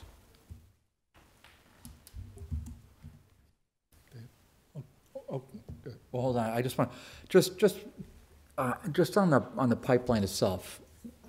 Where it's not coming? It's not. Where's it coming from? Where is it being connected in Holyoke exactly?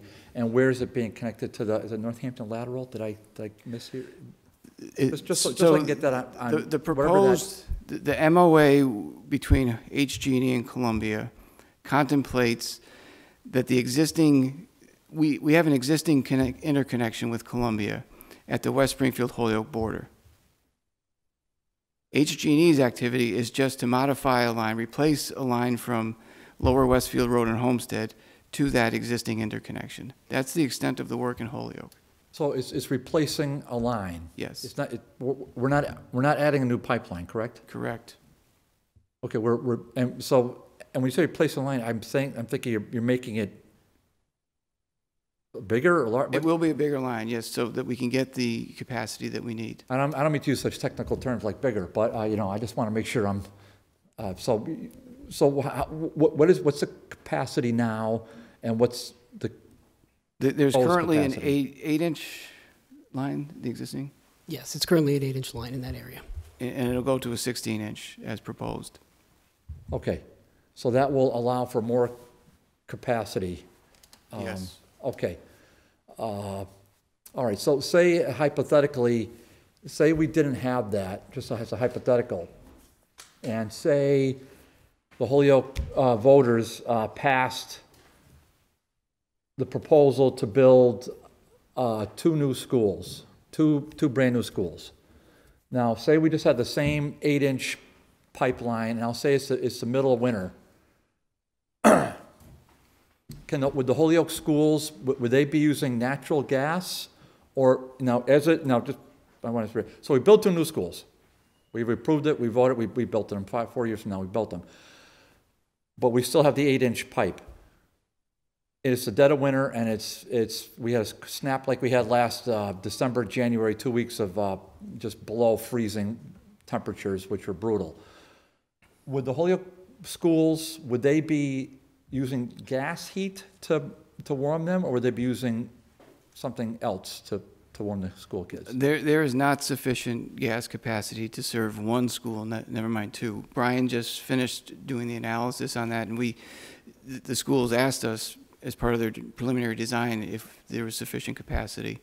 And based on the analysis, we had to tell them that they'd be interrupted at best in the winter, and that they'd have to burn an alternate fuel, which would be most likely oil or propane. Or if they went all electric, they're essentially running on natural gas anyway, because the electricity in New England is over 50% natural gas. Which is exact opposite, because that's what we're hearing, one of the arguments about Peck School, demo that. Why? Because it's electric heat. That's, we're hearing, that's the argument I'm hearing from the CFO of or whatever Anthony, is it CFO? Well, for lack of a better title, the CFO of the Holyoke Public Schools under the receiver. So, okay, I just want to put that hypothetical out there. I'm going to open up in a second to other counselors, but I just want to be aware of the time. It's 7:35, so I don't want to, monopolize everybody's time here.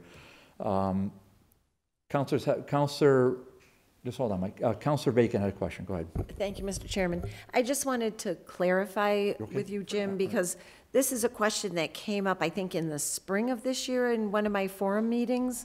And this MOA is the same one that I inquired to you about, and it's the same pipeline improvement that I clarified to the folks asking that was coming to the boundary of the city and not going through the city. So we're talking about the same issue. I see Jackie Yes, that nodding is the her same. head. Okay, I just wanted to verify that. Thank you. You're welcome. I was a little negligent, but Jim Lavelle, manager, Brian Roy, Brian, what's your title? Acting Gas Division Superintendent. Acting Gas Division Superintendent, and both Holyoke residents? Yes. Yes, okay, all right. Mike, Councilor Sullivan. Jim, if we make this connection in West Springfield, what happens to the Northampton lateral? We would move our gas off of the lateral and take it at the West Springfield interconnection. And Columbia would take that space on the pipe on the Northampton lateral. So it would still be at capacity, because I would assume Columbia would use all of the capacity that we would relinquish to them on that lateral. So that might explain why they don't care. If we make our move, they'll get plenty of gas up there in Northampton without doing anything else. Is that a fair statement? I would think they could understand the dynamic, yeah. Yeah, and if we, I heard a number earlier. I think somebody has a decimal point wrong of a cost of $24 million. What's the cost to Holyoke on this connection? The cost to Holyoke on this one is going to be approximately $2.3 million. 2.3, that's quite a bit less. And if we go the other route, well, first of all, if I understand correctly, our commitment on that's only 3 years. So if we can make other transitions during that 3 years, we can come off of it or decrease our usage of it as new technologies come on? Yes. What if we go the other way? How much does it cost us? The only two other options that are really, and one may, the other option, the most viable one, would be going to Tennessee and asking them to increase the Northampton lateral capacity. How much would that cost? It was north of $51 million. 51 million? Yeah, over a 20-year life cycle. Right. And we'd be committed for how many years? It's probably a 20-year commitment anyway. It would start as a 20-year commitment, and then there would be a 10-year option afterwards. So we make the connection in West Springfield. We could come off of it anytime we can make more transitions to cleaner energy. We go the other way, we're stuck for 20 years. Yes. Well, at least with the payment. We'd have to pay the firm capacity, yes. Sure, we can come off it and keep on paying for years to come. That's right. Get the other option too, Mike. Just the other option, because you mentioned there's two options. Right. So I heard one. What's the other one? stay on it and pay $50 million. Well, the other option would be to, look at upgrading our LNG capacity. But, LNG is a very expensive form for, distributing the commodity. And that one, we really haven't. Now, LNG is liquid natural gas? Yes. Okay, so I don't want to be. And so that gets trucked into our facility in West Holyoke, and the trucks fill the tanks, and then we vaporize the liquid into the system. But we would have to expand that facility, which probably has some permitting issues associated with it, and then just the cost. You're talking a 3-to-1 increase in cost with LNG versus pipeline gas. So I think it's fair to say that one would be a minimum of 10 times. So you're talking probably between the capital and the increased operating costs over a 20-year period, you're talking at least 25 to maybe even 35 million. Yeah, those are fair statement numbers. Okay. All right. I just want to. Did Councilor have a question? Councilor Tallman. Yeah, I just had a couple of quick questions. Jim, thanks for coming down, explaining this to us, because this is sort of new to me, and I'm sure we've heard from the residents, and I see you agree with a lot of their concerns about renewable energy. This cost, this pipeline from west, where you say Lower Westfield, is it by the train tracks there? Lower Westfield Road and Homestead? Yes. And was that straight down towards the other side, right on the Bartley corner? Road, Interstate Drive. Okay. Yeah. What is the cost of that, and how long the time frame is to do that? The cost is $2.3 million, and that it's for that piece. It's a little bit less because the 2.3 includes a modification we did already down on the Willimantic Bridge, which is another benefit of the project, because that interconnection gives us a little bit of gives us an ability to take a little bit of gas from Columbia through a second pipe, which again is through this MOA, which gives us added reliability.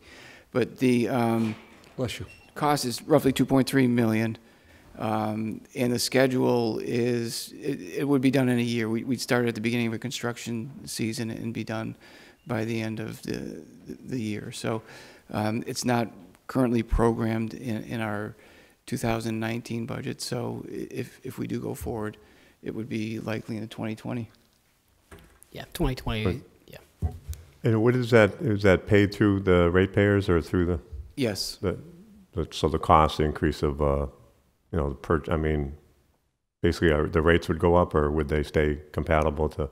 We're not forecasting a rate increase, because we try to plan our capital over multiple years, so that we just substitute. The rates are set to account for certain capital projects right now, so we're programming this project in so that we don't have it in addition to other projects.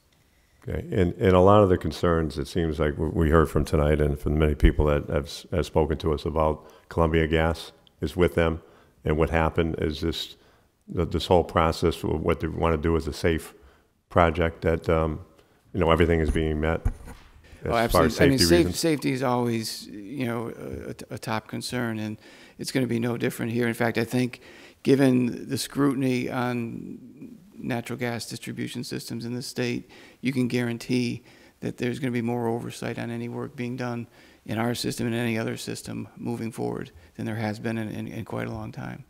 Right. And someone had stated earlier tonight about, moving forward with this, but there are areas, throughout the city where there's some pipes, older pipes, and leaks, small leaks that come through. Is that something that is a continual basis that the G&E is working on now? Yeah, we're on it. We survey the system several times a year for leaks, and we're in full compliance with the requirements of the state, and it's lost revenue for us, so we want to stay on top of it just from that standpoint. I mean, we're well aware of the environmental impacts, and so we're on it from an environmental standpoint, and we're on it from a cost standpoint. And Brian manages that for us, and he's got a record of everything that's open right now, and it's an ongoing process. I mean, any fluid piping system is going to have to require maintenance over time. Over time, right. Yeah. And you stated about, with solar and with hydro, and you stated earlier about the wind, and I know we tried something, was it up by Mount Tom? Yes. With the wind, and what happened there? Is there any future possibilities of using that again, wind? We continue to look at it. Mount Tom is a great site. It had opponents from several different environmental groups, and it made it very costly. It ultimately got shot down at the FAA, but you know, we still have that on our radar as something that is a viable site and ought to continually be looked at. Okay, thank you. Thanks. Councilor Allen. Thank you. Thank you, Jim, for coming. And I guess my question is, you know, this, Councilors Roman, Lisi, and I were approached with this, as I said before, primarily from neighbor folks, but also some other concerned residents of the city. And I guess my question right now is, you know, when we look at the resolution, one of the things that is included under the be it further resolved is that Holyoke Gas and Electric reconsider the memorandum of understanding with Columbia Gas that would bring the Holyoke natural gas via newly constructed pipeline routed through the city of West Springfield, new pipeline in the city of Agawam. Based on the feedback that you heard tonight, I guess my general question is are there new concerns that you've heard from here? I mean, the idea of this order and putting together, you know, this process here is exactly so that this could happen, so that there would be an opportunity for there to be some type of exchange between concerned folks, HG&E, sharing of information, clarification of information, because, you know, many times, as we know, sometimes one side will get half the story, the other side will get the, you know, whatever that looks like. And at the end of the day, I feel that it is our role and our responsibility to try to facilitate some of that communication to happen. Is there anything that you've heard tonight that you would be able to look at this memorandum of understanding that may be tweaked to appease some of the concerns? Is there, I mean, I know that's a very general question, but I guess I'm just looking at what are kind of the possible next steps? What are these timelines?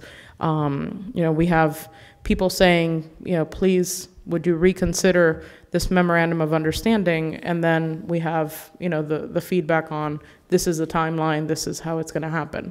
So I guess if you could share a little bit about what that might look like, that might be helpful.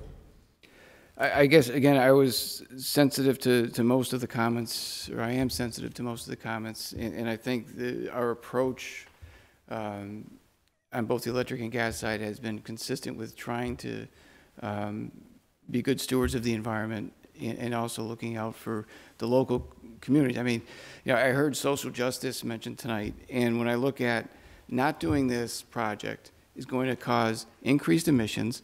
It's going to drastically increase rates, and it's going to hurt opportunities for jobs and taxes. How is that social justice?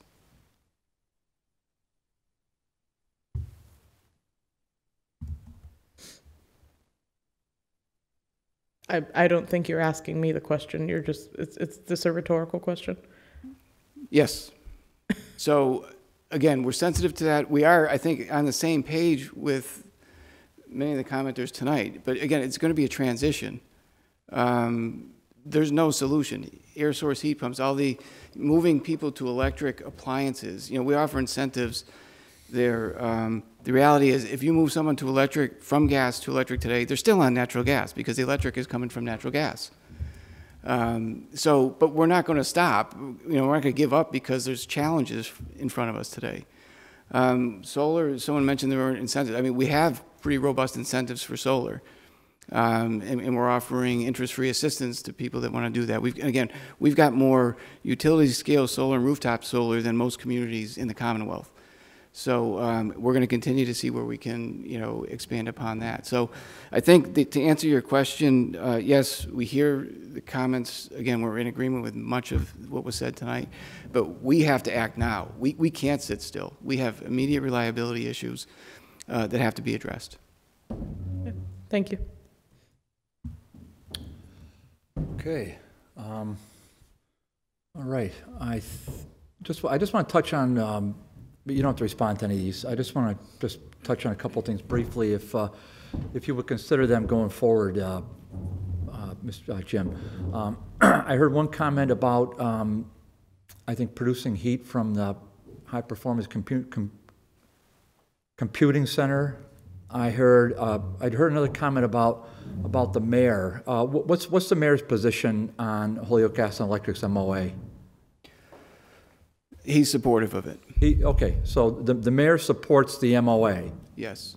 Okay, so I want that understood. The mayor supports the MOA. I heard a comment about the solar power maybe not being as promoted as well as it could on the HG&E website. Is that something maybe you could look at? I think what you just said about Holyoke having more solar panels, rooftops than others. I thought that was that might be an opportunity to address a concern and to also promote the what the organization is for what they're advocating. That was just a note I picked up. I didn't get all the notes here. I mean, I'm typing as fast as I can, but you know, stenography is not my strong suit. I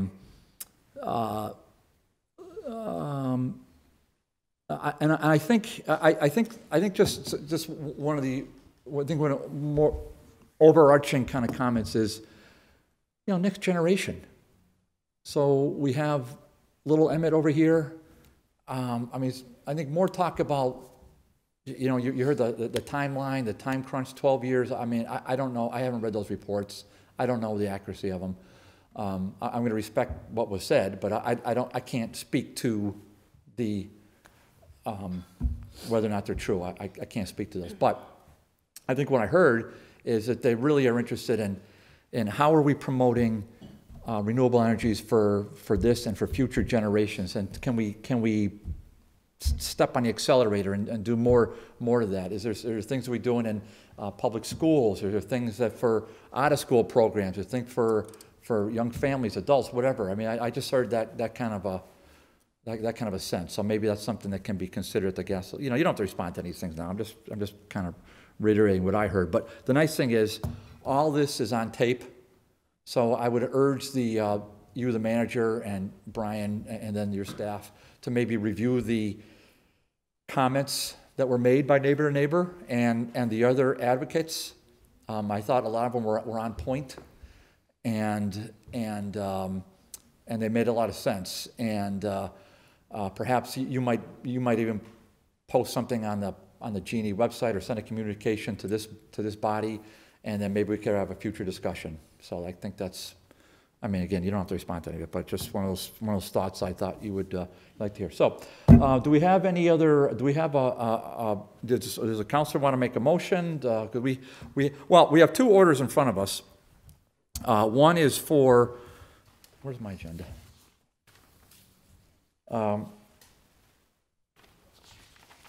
Okay. Well, we have a resolution and a petition, and the petition said what it said, and a resolution said what it said. So what's the maker's pleasure? Do you want to make a motion, or what does he want to do? Could I ask a question? Council Sullivan, yeah. Through the chair? Yeah. Would you consider a amendment to the resolution to just delete the part about reconsidering the memorandum of understanding with Holyoke Gas and Electric? I think from everything I've heard, Holyoke Gas and Electric and the city of Holyoke and everybody's pretty much in line with everything here. And we have a situation where if we don't do this, we'd actually, as I understand it, be increasing our carbon footprint. So that we're doing the right thing. And the only way I could support it is to be doing the right thing for the environment. And to me, that part is a little off point. So if that piece is eliminated based on your amendment, then what would be the final outcome of this resolution? I mean, I think that was, I think that's part of the resolution that brought us to this point. And I see neighbor to neighbor nodding their heads. I mean, and so it feels to me as if that piece is stricken, then there really is no reason for a resolution. I mean, it's a moot point. To me, that part of the resolution is the teeth of it. And again, I'm looking in the audience and seeing the nodding heads in agreement. So I'm not sure at this point what if I would make a motion. I think it would have to be the will of this body, and if between the four of us we cannot agree on how to move forward, then perhaps it just gets sent out to the full council without a recommendation, and the conversation can continue there. But I do feel that if that part is stricken, it kind of defeats the purpose of the resolution. Well, I mean, oh, go ahead. Sorry, yeah. Councilor, you have the floor. You have the floor. I think all the rest of it, that the city supports rapid and far-reaching changes, that the council will consider all energy sources in light of whether or not they will bring us closer to 100% renewable, right? And that all the rest of it is good. But that one thing, from everything I've heard, is going to be a huge step backward. It's going to increase. It's going to take a step to increase. We're going to use more fossil fuels instead of less. We're going to go in the opposite direction of what the makers seem to want to do with this. Again, it seems to me that is the piece of the segment of the resolution that is action oriented.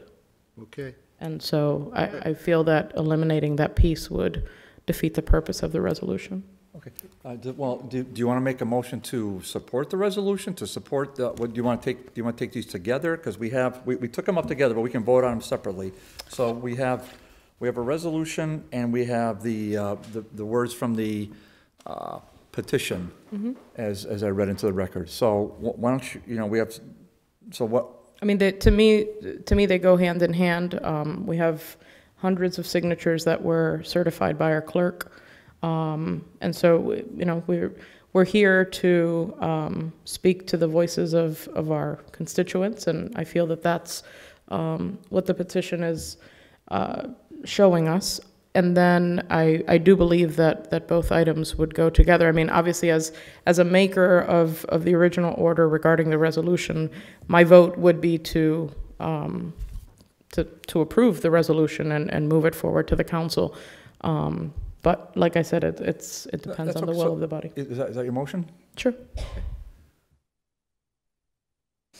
Okay, motion fails for lack of a second. Do I hear any other motions from anybody else? I mean, I know I can make a motion, but generally I don't make motions. Generally, the chair doesn't.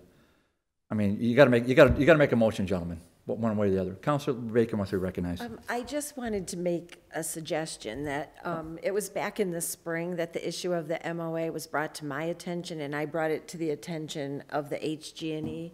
And subsequent to that, the petition and the resolution were filed. And I think tonight what the representatives from the HG&E have done is, in response to the petition, they have reconsidered the MOA, and they have looked at all of the other options that are available to them and those of us who rely on gas, of which I'm one. And I think tonight they have shared with us their reconsideration of the MOA, given what options are available to them and the ratepayers and the people who rely on gas in their homes and businesses. So I think it would be fair to say that they have responded to the resolution to reconsider. So it sounds like what you're saying, Councilor Valentin, is maybe if somebody wanted to make a motion that the orders were at least complied with, that we heard them out. Right. But it doesn't seem like there's a will here to at least recommend adoption of either the resolution or the verbiage from the petition. So, I mean, does the councilor want to make a motion that we at least complied with it, that we had a hearing and we can move it forward? I mean, as I said before, it's very clear to me that there, between the four of us here, there is not an agreement to vote right now on saying, yes, we are behind this resolution, and stating the fact that I would not agree to the amendment of striking the piece regarding the reconsidering the memorandum of understanding. like I said before at the beginning, it seems to me that if we want to move forward with that it's been complied with and refer to the council without a recommendation, then if that's the will of this group, then that is what it is. It's not the ideal situation, but obviously it would continue the conversation in one way or another. Well, just for the conversation is going to be continued because we're going to move this up to the full city council. We're not leaving this here for another one of these. So we're going to move it along. I just want to get one of these councilors. The chair can make. I almost never make the motion.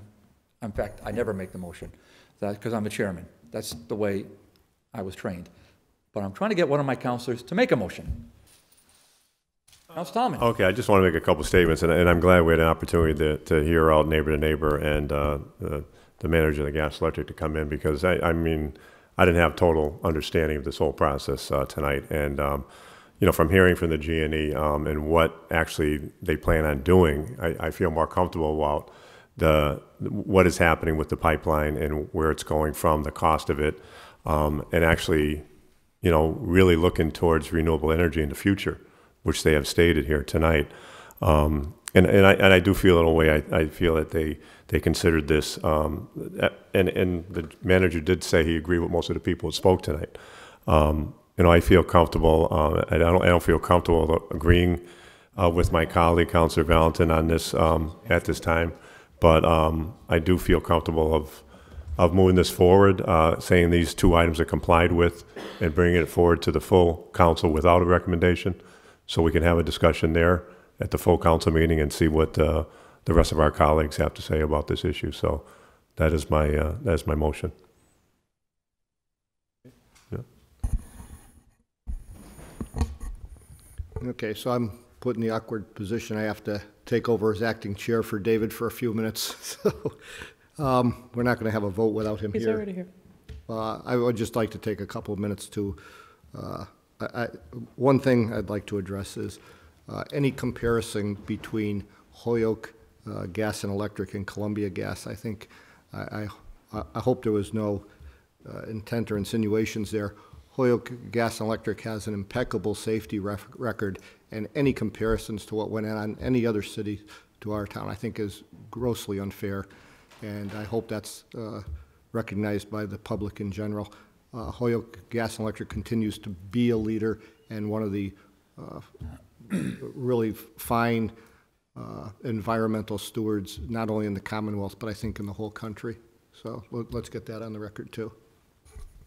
Yeah, thank you both for being here tonight, and thank you for everybody for speaking tonight as well. I neglected to say that earlier, so I really appreciate everybody's comments. Did somebody make a motion was out? Yeah, I made a motion that the two orders are complied with, and we bring this up to the full council without a recommendation. Second. Okay, very good. On the motion that the orders are complied with, that we had discussion, which is true. I think it was a good dialogue. Any further discussion? Hearing none. On the motion, all in favor? Aye. Aye.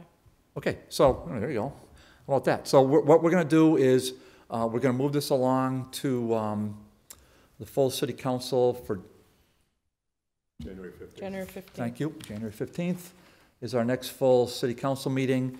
And thank you very much for coming, everybody, okay? All right, thank you. Thank you both, all right? Thank you, Mr. Chairman. Thank you, councilors. Thank you. Thank you all. All right. Okay, I think we can roll through the next stuff. All right, where is it? All right. If I could get a motion, take number 8 off the table, please. Motion to take item number 8 off the table for discussion. Counselor, take a second. Second, yeah. Okay. On the motion, take item number 8 off the table. On that motion, all in favor? Aye. Okay. Item number 8, order the City Council approve a set of license agreements between Action Ambulance and City Holyoke for use of garaging facilities at HFD, stations 1, 3, and 5, and former station at 490 South. The draft language of Action Ambulance is attached here too and distributed to all city councilors. Oh, thank you, Sergeant Hart, for being here, and thank you, everybody else. We had, just under discussion, we had Ryan, if you recall, we said we were going to forward this to the committee for review, which we did. We asked the mayor and the law department for its response. I see the law department is here tonight. Are you here, Crystal? Are you here for this order? Okay. Can we make a motion to allow Crystal to approach? Motion to suspend the rules, allow the solicitor to approach. Second. On the motion to suspend rules, allow solicitor to address us. On the motion, all in favor? Aye. Crystal, thank you for being here tonight. Yeah, I think this is, pro forma, but we had some questions. There were a couple of dates that were a little off center in there, and then we had the question of how are they in there and using this license without prior city council authorization. So we had a question about that. And because, as you know, that's what we passed that ordinance several years ago following the Gandara school situation, where it was the former solicitor advised us, or advised the mayor, that let's not have a lease, let's call this a license. Well, why would that be? Because at the time, the former solicitor, Attorney Cunha, said, well, with a license, we don't need city council approval. So the mayor engaged in what was called a license between the city of Holyoke and Gandara Mental Health Facility for the use of the geriatric facility. And then when that came back to the city council, President Jourdain at the time and me, we filed an order saying, okay, well, from now on, we're gonna consider whether or not licenses have to be approved by the city council. Well, we ran that through ordinance, and we passed that at an ordinance committee, and we passed that at full city council well before this license for the current user of stations at the fire department at 490 South. So that begs the question: how is it that they're in here without prior city council approval, and can we explain the dates on there? Sure. Attorney Barnes. So I can explain the dates as best I can. I reached out to former solicitor Paul Payer. He was part of this negotiation. The initial signature date of May 1st, I believe it's May 1st. May 1st, 2017 is when they started the negotiation of this license agreement. There was some discrepancy about one of the locations that they were going to be using space, and in the process of waiting for that to go through, this kind of fell to the wayside. When people asked about it, is when the signatures started to come about in July of 2018, which is why you see the discrepancy between the two dates. There was a communication sent to City Council in September of 2018 from Solicitor Payer regarding this license agreement.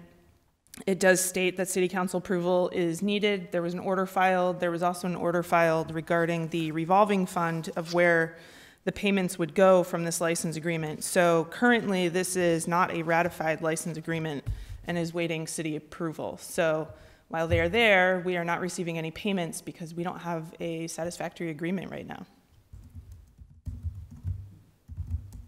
That was an incredibly honest and straightforward answer. So can't do much better than that in my book. I'm certainly asking the City Council to go ahead and look at the license agreement, approve it, look at the revolving fund and approve it so that we can move forward and start collecting payments. Now, for the time that they've been there, you might think of it as back due rent. What is its status? If we approve this, can we collect that? I don't think it would be practical to do that. I mean, we don't have a valid agreement for all of that time they've been there. You certainly wouldn't go after a renter that didn't have an agreement for any prior rent owed, so. Well, okay, well that's I don't want to compare a public license agreement to a private rental agreement. I don't think we're there yet. I don't think you're prepared for an argument with that one either. So we're now in the public sphere, so let's deal with the facts that we have at hand. We have an ambulance service that has been using space, now what you told me, rent-free, since when? I don't know when they started using the space. Rent-free since, I don't know, but we're not gonna accept that. So you're gonna find out when they use it, because that's a low hurdle. I can certainly ask the chief. I mean, this was before my time as far as these negotiations went. No one's pointing figures. No. Did I say figures? no one's pointing fingers, or figures, for that matter, although I will be pointing figures in a second. I'll be pointing them out in a second. So rent-free, since at this point I don't know, but that answer will be forthcoming in a communication from you to this body. Is that fair? Yes, I can ask the chief when.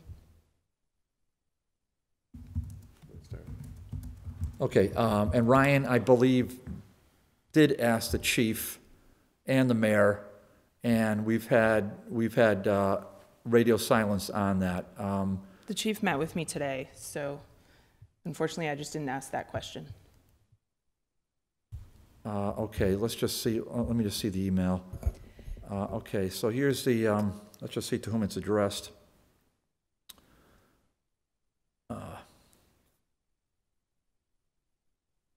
This is dated December 12th at 2:25 p.m. Mr. Alex Morse, John Pond, Crystal Barnes, and Dave Bartley. Good afternoon, everyone. The DGR Committee of the City Council will be taking up the following order, which is right in front of us. At our previous, so this is sent to you on December 12th at 2:25 p.m. At our previous DGR meeting, the committee has several questions related to the contract. Specifically, the committee wants to know how the contract was commenced as May 17th, but not signed and executed July of 18. Well, we answered that. Also, the committee is looking to find out how the contract was able to be executed without city council approval. Okay, well, we don't have that answer. If the DGR committee could please get a response to these questions before Wednesday meeting, that would be much appreciated. So Ryan, in fact, sent this out to Alex Morse, John Pond, Crystal Barnes, Dave Bartley, December 12th, and today is, what's today, 19th? 19th. Okay, so that was a week ago. That was a week ago. We were that Ryan sent out that email, which obviously you have, and the chief has that, and the mayor has that. Okay, so it's your. Well, since you don't know the answer, I'm going to have you answer that one. So when did the contract start?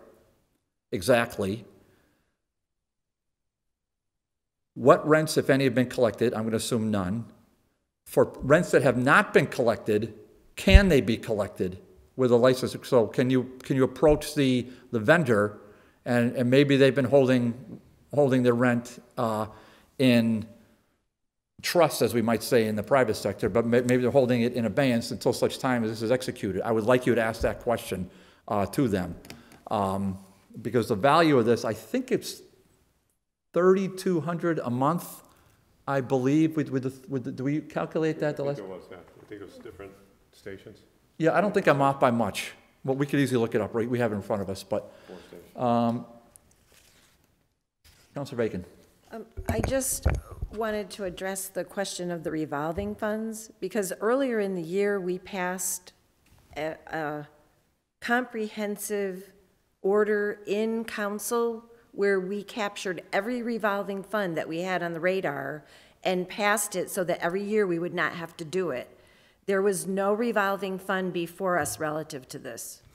There is. And if there was, we put it in there, because we put everything we had in there.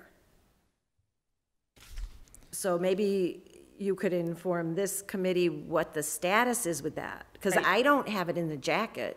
So this one, I don't have a date. I could certainly look and find out when it was submitted. I have a draft in front of me. It was not part of the all-encompassing revolving funds because this one was new. So it was later. And I don't know who discovered that it wasn't part of that, but I was asked to then draft a revolving fund for this license, so we had somewhere for the funds to go. So I know it was done after the fact, but I agree. There was one that was done for all of the revolving funds we had. This one was not part of that, so it was a separate order. So Find out when that was submitted. if it came to ordinance, I do not have it in the jacket, because I've been through that jacket 10 times.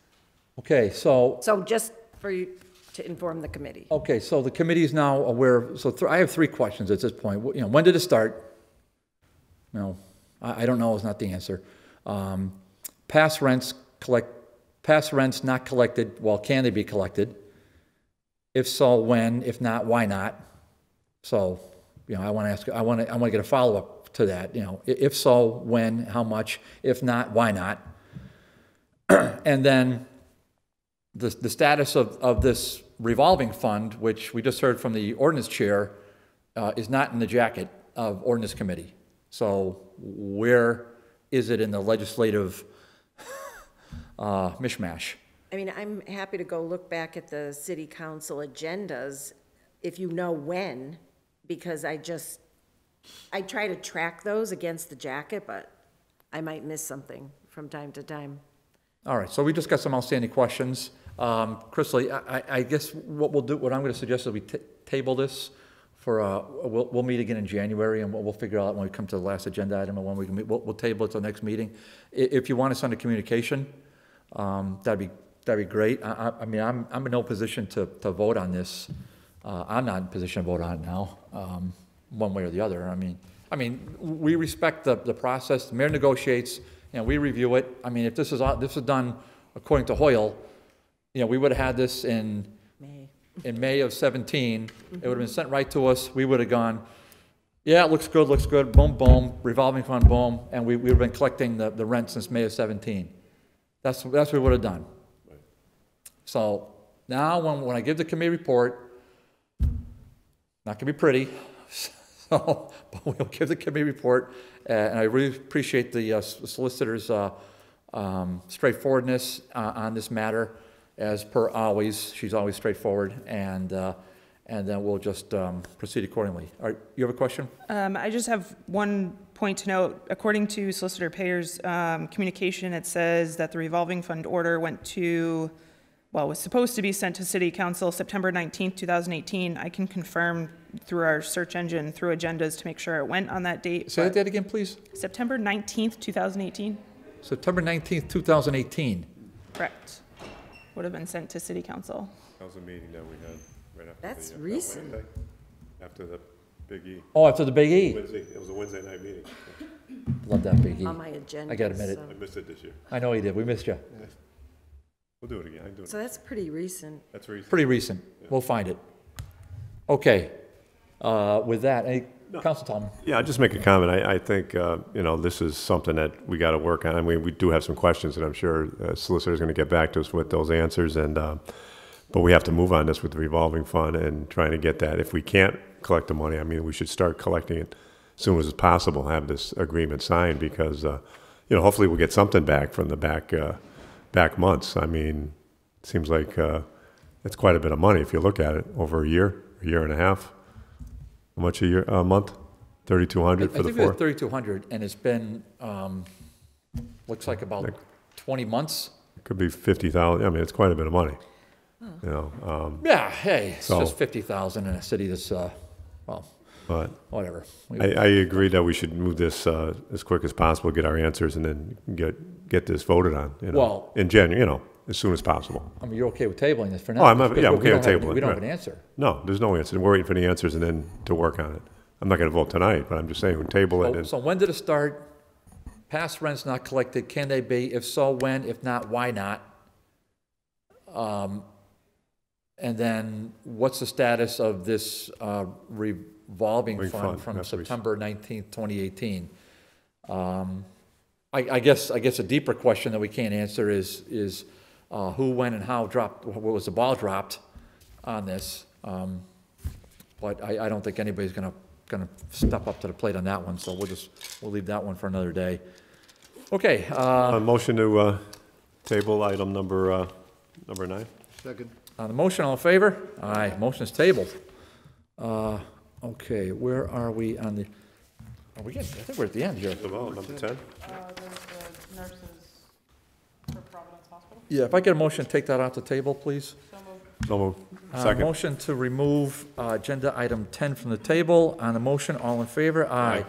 Councilor Roman, that the City Council pass a resolution in solidarity and support of the nurses and staff at Providence who are facing cuts. Recommend go to DGR, the staff administration, individuals affected be invited to discuss these devastating cuts. So we took this up at the last DGR, and I asked Councilor Roman early on, before the election, do you want this taken up? He said no. He told me he did not want it. I said, okay, then we'll put it off till later. We put it off till later. He wasn't able to attend last meeting, not able to attend this meeting. So I think a motion to leave to withdraw is. So moved. No, second. On the motion to give a leave to withdraw, all in favor? Aye. Aye. Okay. And agenda item 10, which is a next meeting for this very diligent committee. I'm sorry, Councilor Valentin, you know. Where are we commuting? You know, what did I say before? I said something else too. What did I? Fingers and figures. Figures. We're not paying important figures. I told her to hit me. Yeah. That's what I said. Hit me. So I don't do that. Okay. Well, we'll knock on the table. Okay. What's the feeling about, say, end of January or early February? Oh, you got a meeting. You know, I don't have 15? A problem going to the. I don't have a problem going to February 4th. What's your, now that's the day before a full city council meeting, but I mean, I think that's is that a good date? I can do that. For everybody? Yeah, it's a Monday. It's a Monday. Yeah, February 4th it's not a holiday, is it? No. No, next. Council, you're sure? The holiday's like the 18th or something like that, President's Day. President's Day. Okay, so February 4th at 6 o'clock, and you know, they're really, because we're not really in session for, we're not really doing anything until January 15th. Right. So we're not. Yeah, that's good. Yeah, so February 4th at 6 o'clock? Mm-hmm. All right, that's great. Thank you, everybody, and I'll take one more motion. Motion to adjourn. On the motion, all in favor? Aye. We are adjourned. Thank you.